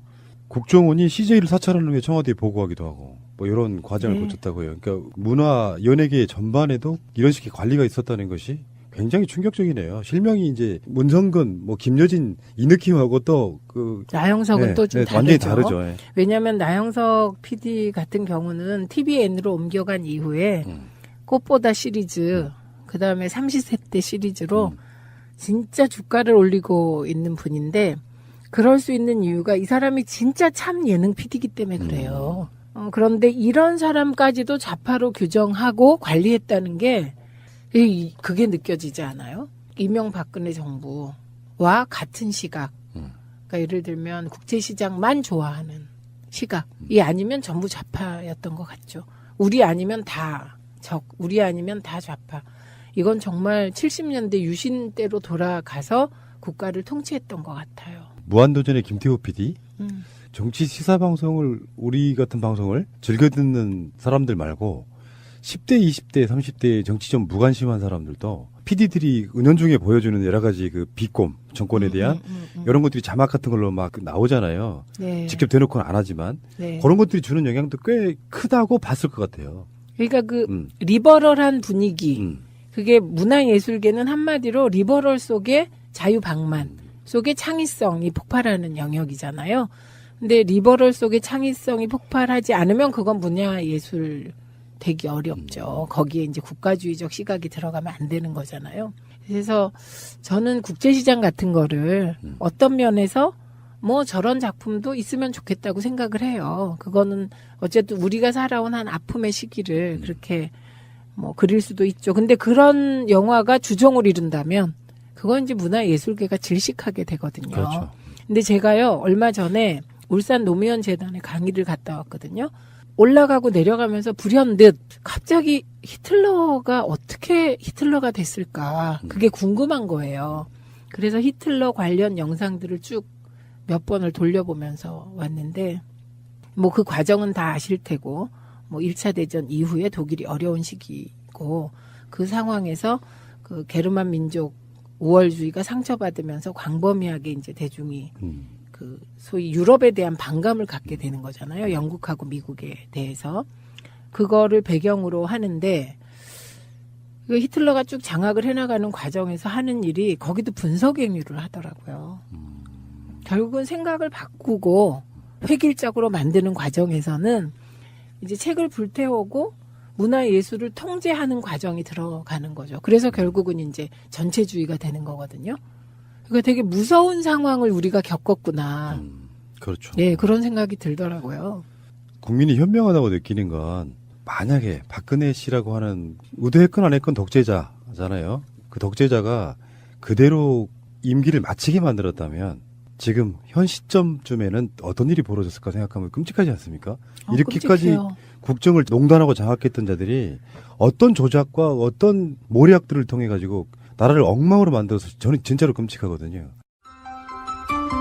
새가 날아든다는 여러분들의 하트를 먹고 삽니다. 잊지 않으셨죠?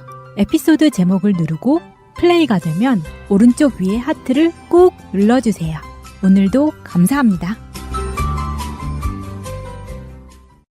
더 많은 분들이 들을 수 있도록 하트 꼭 눌러주세요. 앞으로도 무궁무진 나오는 게 제가 두려울 정도인데요. 이미 그 교수님들 있죠. 지식인 블랙리스트. 그 1단이 나오고 있더라고요. 그래서 그 보수 언론에서 비난하긴 했지만 대통령께서 적폐청산을 하자. 그리고 그걸 받아서 임종석 실장이 각 부처에 적폐청산 TF 만들어라. 이거는 저는 약간의 잡음이 있더라도 반드시 진행해야 될 일 같습니다. 그렇죠. 꼭 알아야 할 어제의 뉴스. 국정조사도 탄핵 심판도 증인 출석을 거부하며 국정농단 조사를 빠져나갔던 이재만 전 청와대 비서관이 검찰에 체포됐습니다. 국정원 특활비 상납 받았습니까? 검찰 조사에서 드리겠습니다. 아니요. 채 1시간도 안 돼 안봉근 전 비서관도 검찰에 체포돼 이 전 비서관과 똑같은 소감을 남겼습니다. 수사의 성실히 임하겠습니다. 두 전 비서관은 박근혜 정부 초기인 2013년부터 지난해까지 이헌수 전 국정원 기조실장으로부터 국정원 특수활동비 수십억 원을 뇌물로 받은 혐의를 받고 있습니다. 이 전 기조실장이 매달 1억 원쯤을 5만 원권 현금으로 가방에 담아 청와대 근처에서 두 사람에게 직접 건넨 것으로 조사됐습니다. 두 사람은 검찰에서 국정원 특수활동비를 받았다고 인정한 것으로 전해졌습니다. 검찰은 이런 정황을 확인하기 위해 두 사람의 자택과 사무실 등을 압수수색했습니다. 박근혜 전 대통령의 최측근 문고리 3인방 가운데 이미 구속 기소된 정호성 전 비서관에 이어 남은 2명도 사법처리 대상에 오른 겁니다. 검찰은 이들을 상대로 국정원에서 받은 돈의 규모와 사용처를 캐고 있습니다. 박근혜 국정원의 특수활동비는 전직 청와대 정무수석들에게도 배달됐습니다. 검찰에 따르면 조윤선, 현기환 전 정무수석이 재임 기간 동안 매달 500만 원씩 국정원 특활비를 상납받은 걸로 조사됐습니다. 2014년 6월 취임한 조윤선 전 정무수석은 다음해 5월까지 매달 500만 원씩 5천여만 원을, 조 전 수석 후임인 현기환 전 수석도 1년간 같은 방식으로 5천여만 원을 챙긴 것으로 파악됐습니다. 검찰은 이런 혐의를 포착해 오늘 오전 조윤선 전 수석의 자택을 압수수색했습니다. 오늘 블랙리스트 재판 항소심에 나온 조윤선 전 수석은 국정원 돈을 받았느냐는 취재진 질문에 아무 말 없이 법원을 빠져나갔습니다. 현 전 수석은 해운대 LCT 비리 관련 뇌물수수 혐의로 이미 실형을 선고받고 수감 중입니다. 검찰은 이들에 대해 뇌물수수와 국고손실 혐의를 적용해 조만간 소환 조사할 방침입니다. 검찰은 최근 소환 조사한 이헌수 전 국정원 기조실장으로부터 특수활동비를 청와대에 건넨 이른바 상납이 박근혜 정부 내내 정기적으로 이어졌다는 진술을 확보했습니다. 검찰은 정기적 상납이 당시 국정원장들의 지시로 이뤄졌다는 이헌수 전 실장의 진술을 근거로 박근혜 정부에서 국정원장을 지낸 남재준, 이병기, 이병호 3명 모두의 자택을 오늘 동시에 압수수색했습니다. 검찰은 조만간 전직 국정원장 3명을 잇따라 소환해 청와대에 특수활동비를 상납한 경위를 따질 예정입니다. 특히 이런 행위가 박근혜 전 대통령의 지시에 따른 것인지를 집중 추궁할 계획입니다. 검찰은 이와 함께 국정원 측으로부터 돈을 받은 혐의로 조윤선 전 청와대 정무수석의 자택도 압수수색했습니다. 검찰은 조윤선 전 수석이 이헌수 전 기조실장이 아니라 다른 인물로부터 국정원 자금을 받은 정황을 확보한 것으로 전해졌습니다. 조 전 수석은 1심 재판에서 문학의 블랙리스트 관여 혐의에 대해 무죄를 선고받고 풀려났습니다.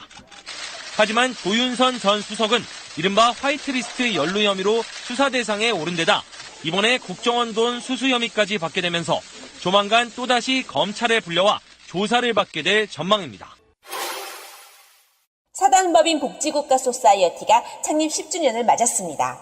여러분의 도움으로 대한민국을 복지국가로 만들 수 있는 단초를 제공했다고 자부하고 있습니다. 그동안의 성과를 보고하고 앞으로 복지국가를 만들어가기 위한 새로운 10년을 준비하는 자리. 바쁘시더라도 꼭 오셔서 축하해주세요. 11월 2일 목요일 저녁 7시 국회 헌정기념관 대강당입니다. 여러분 일정표에 지금 바로 체크체크!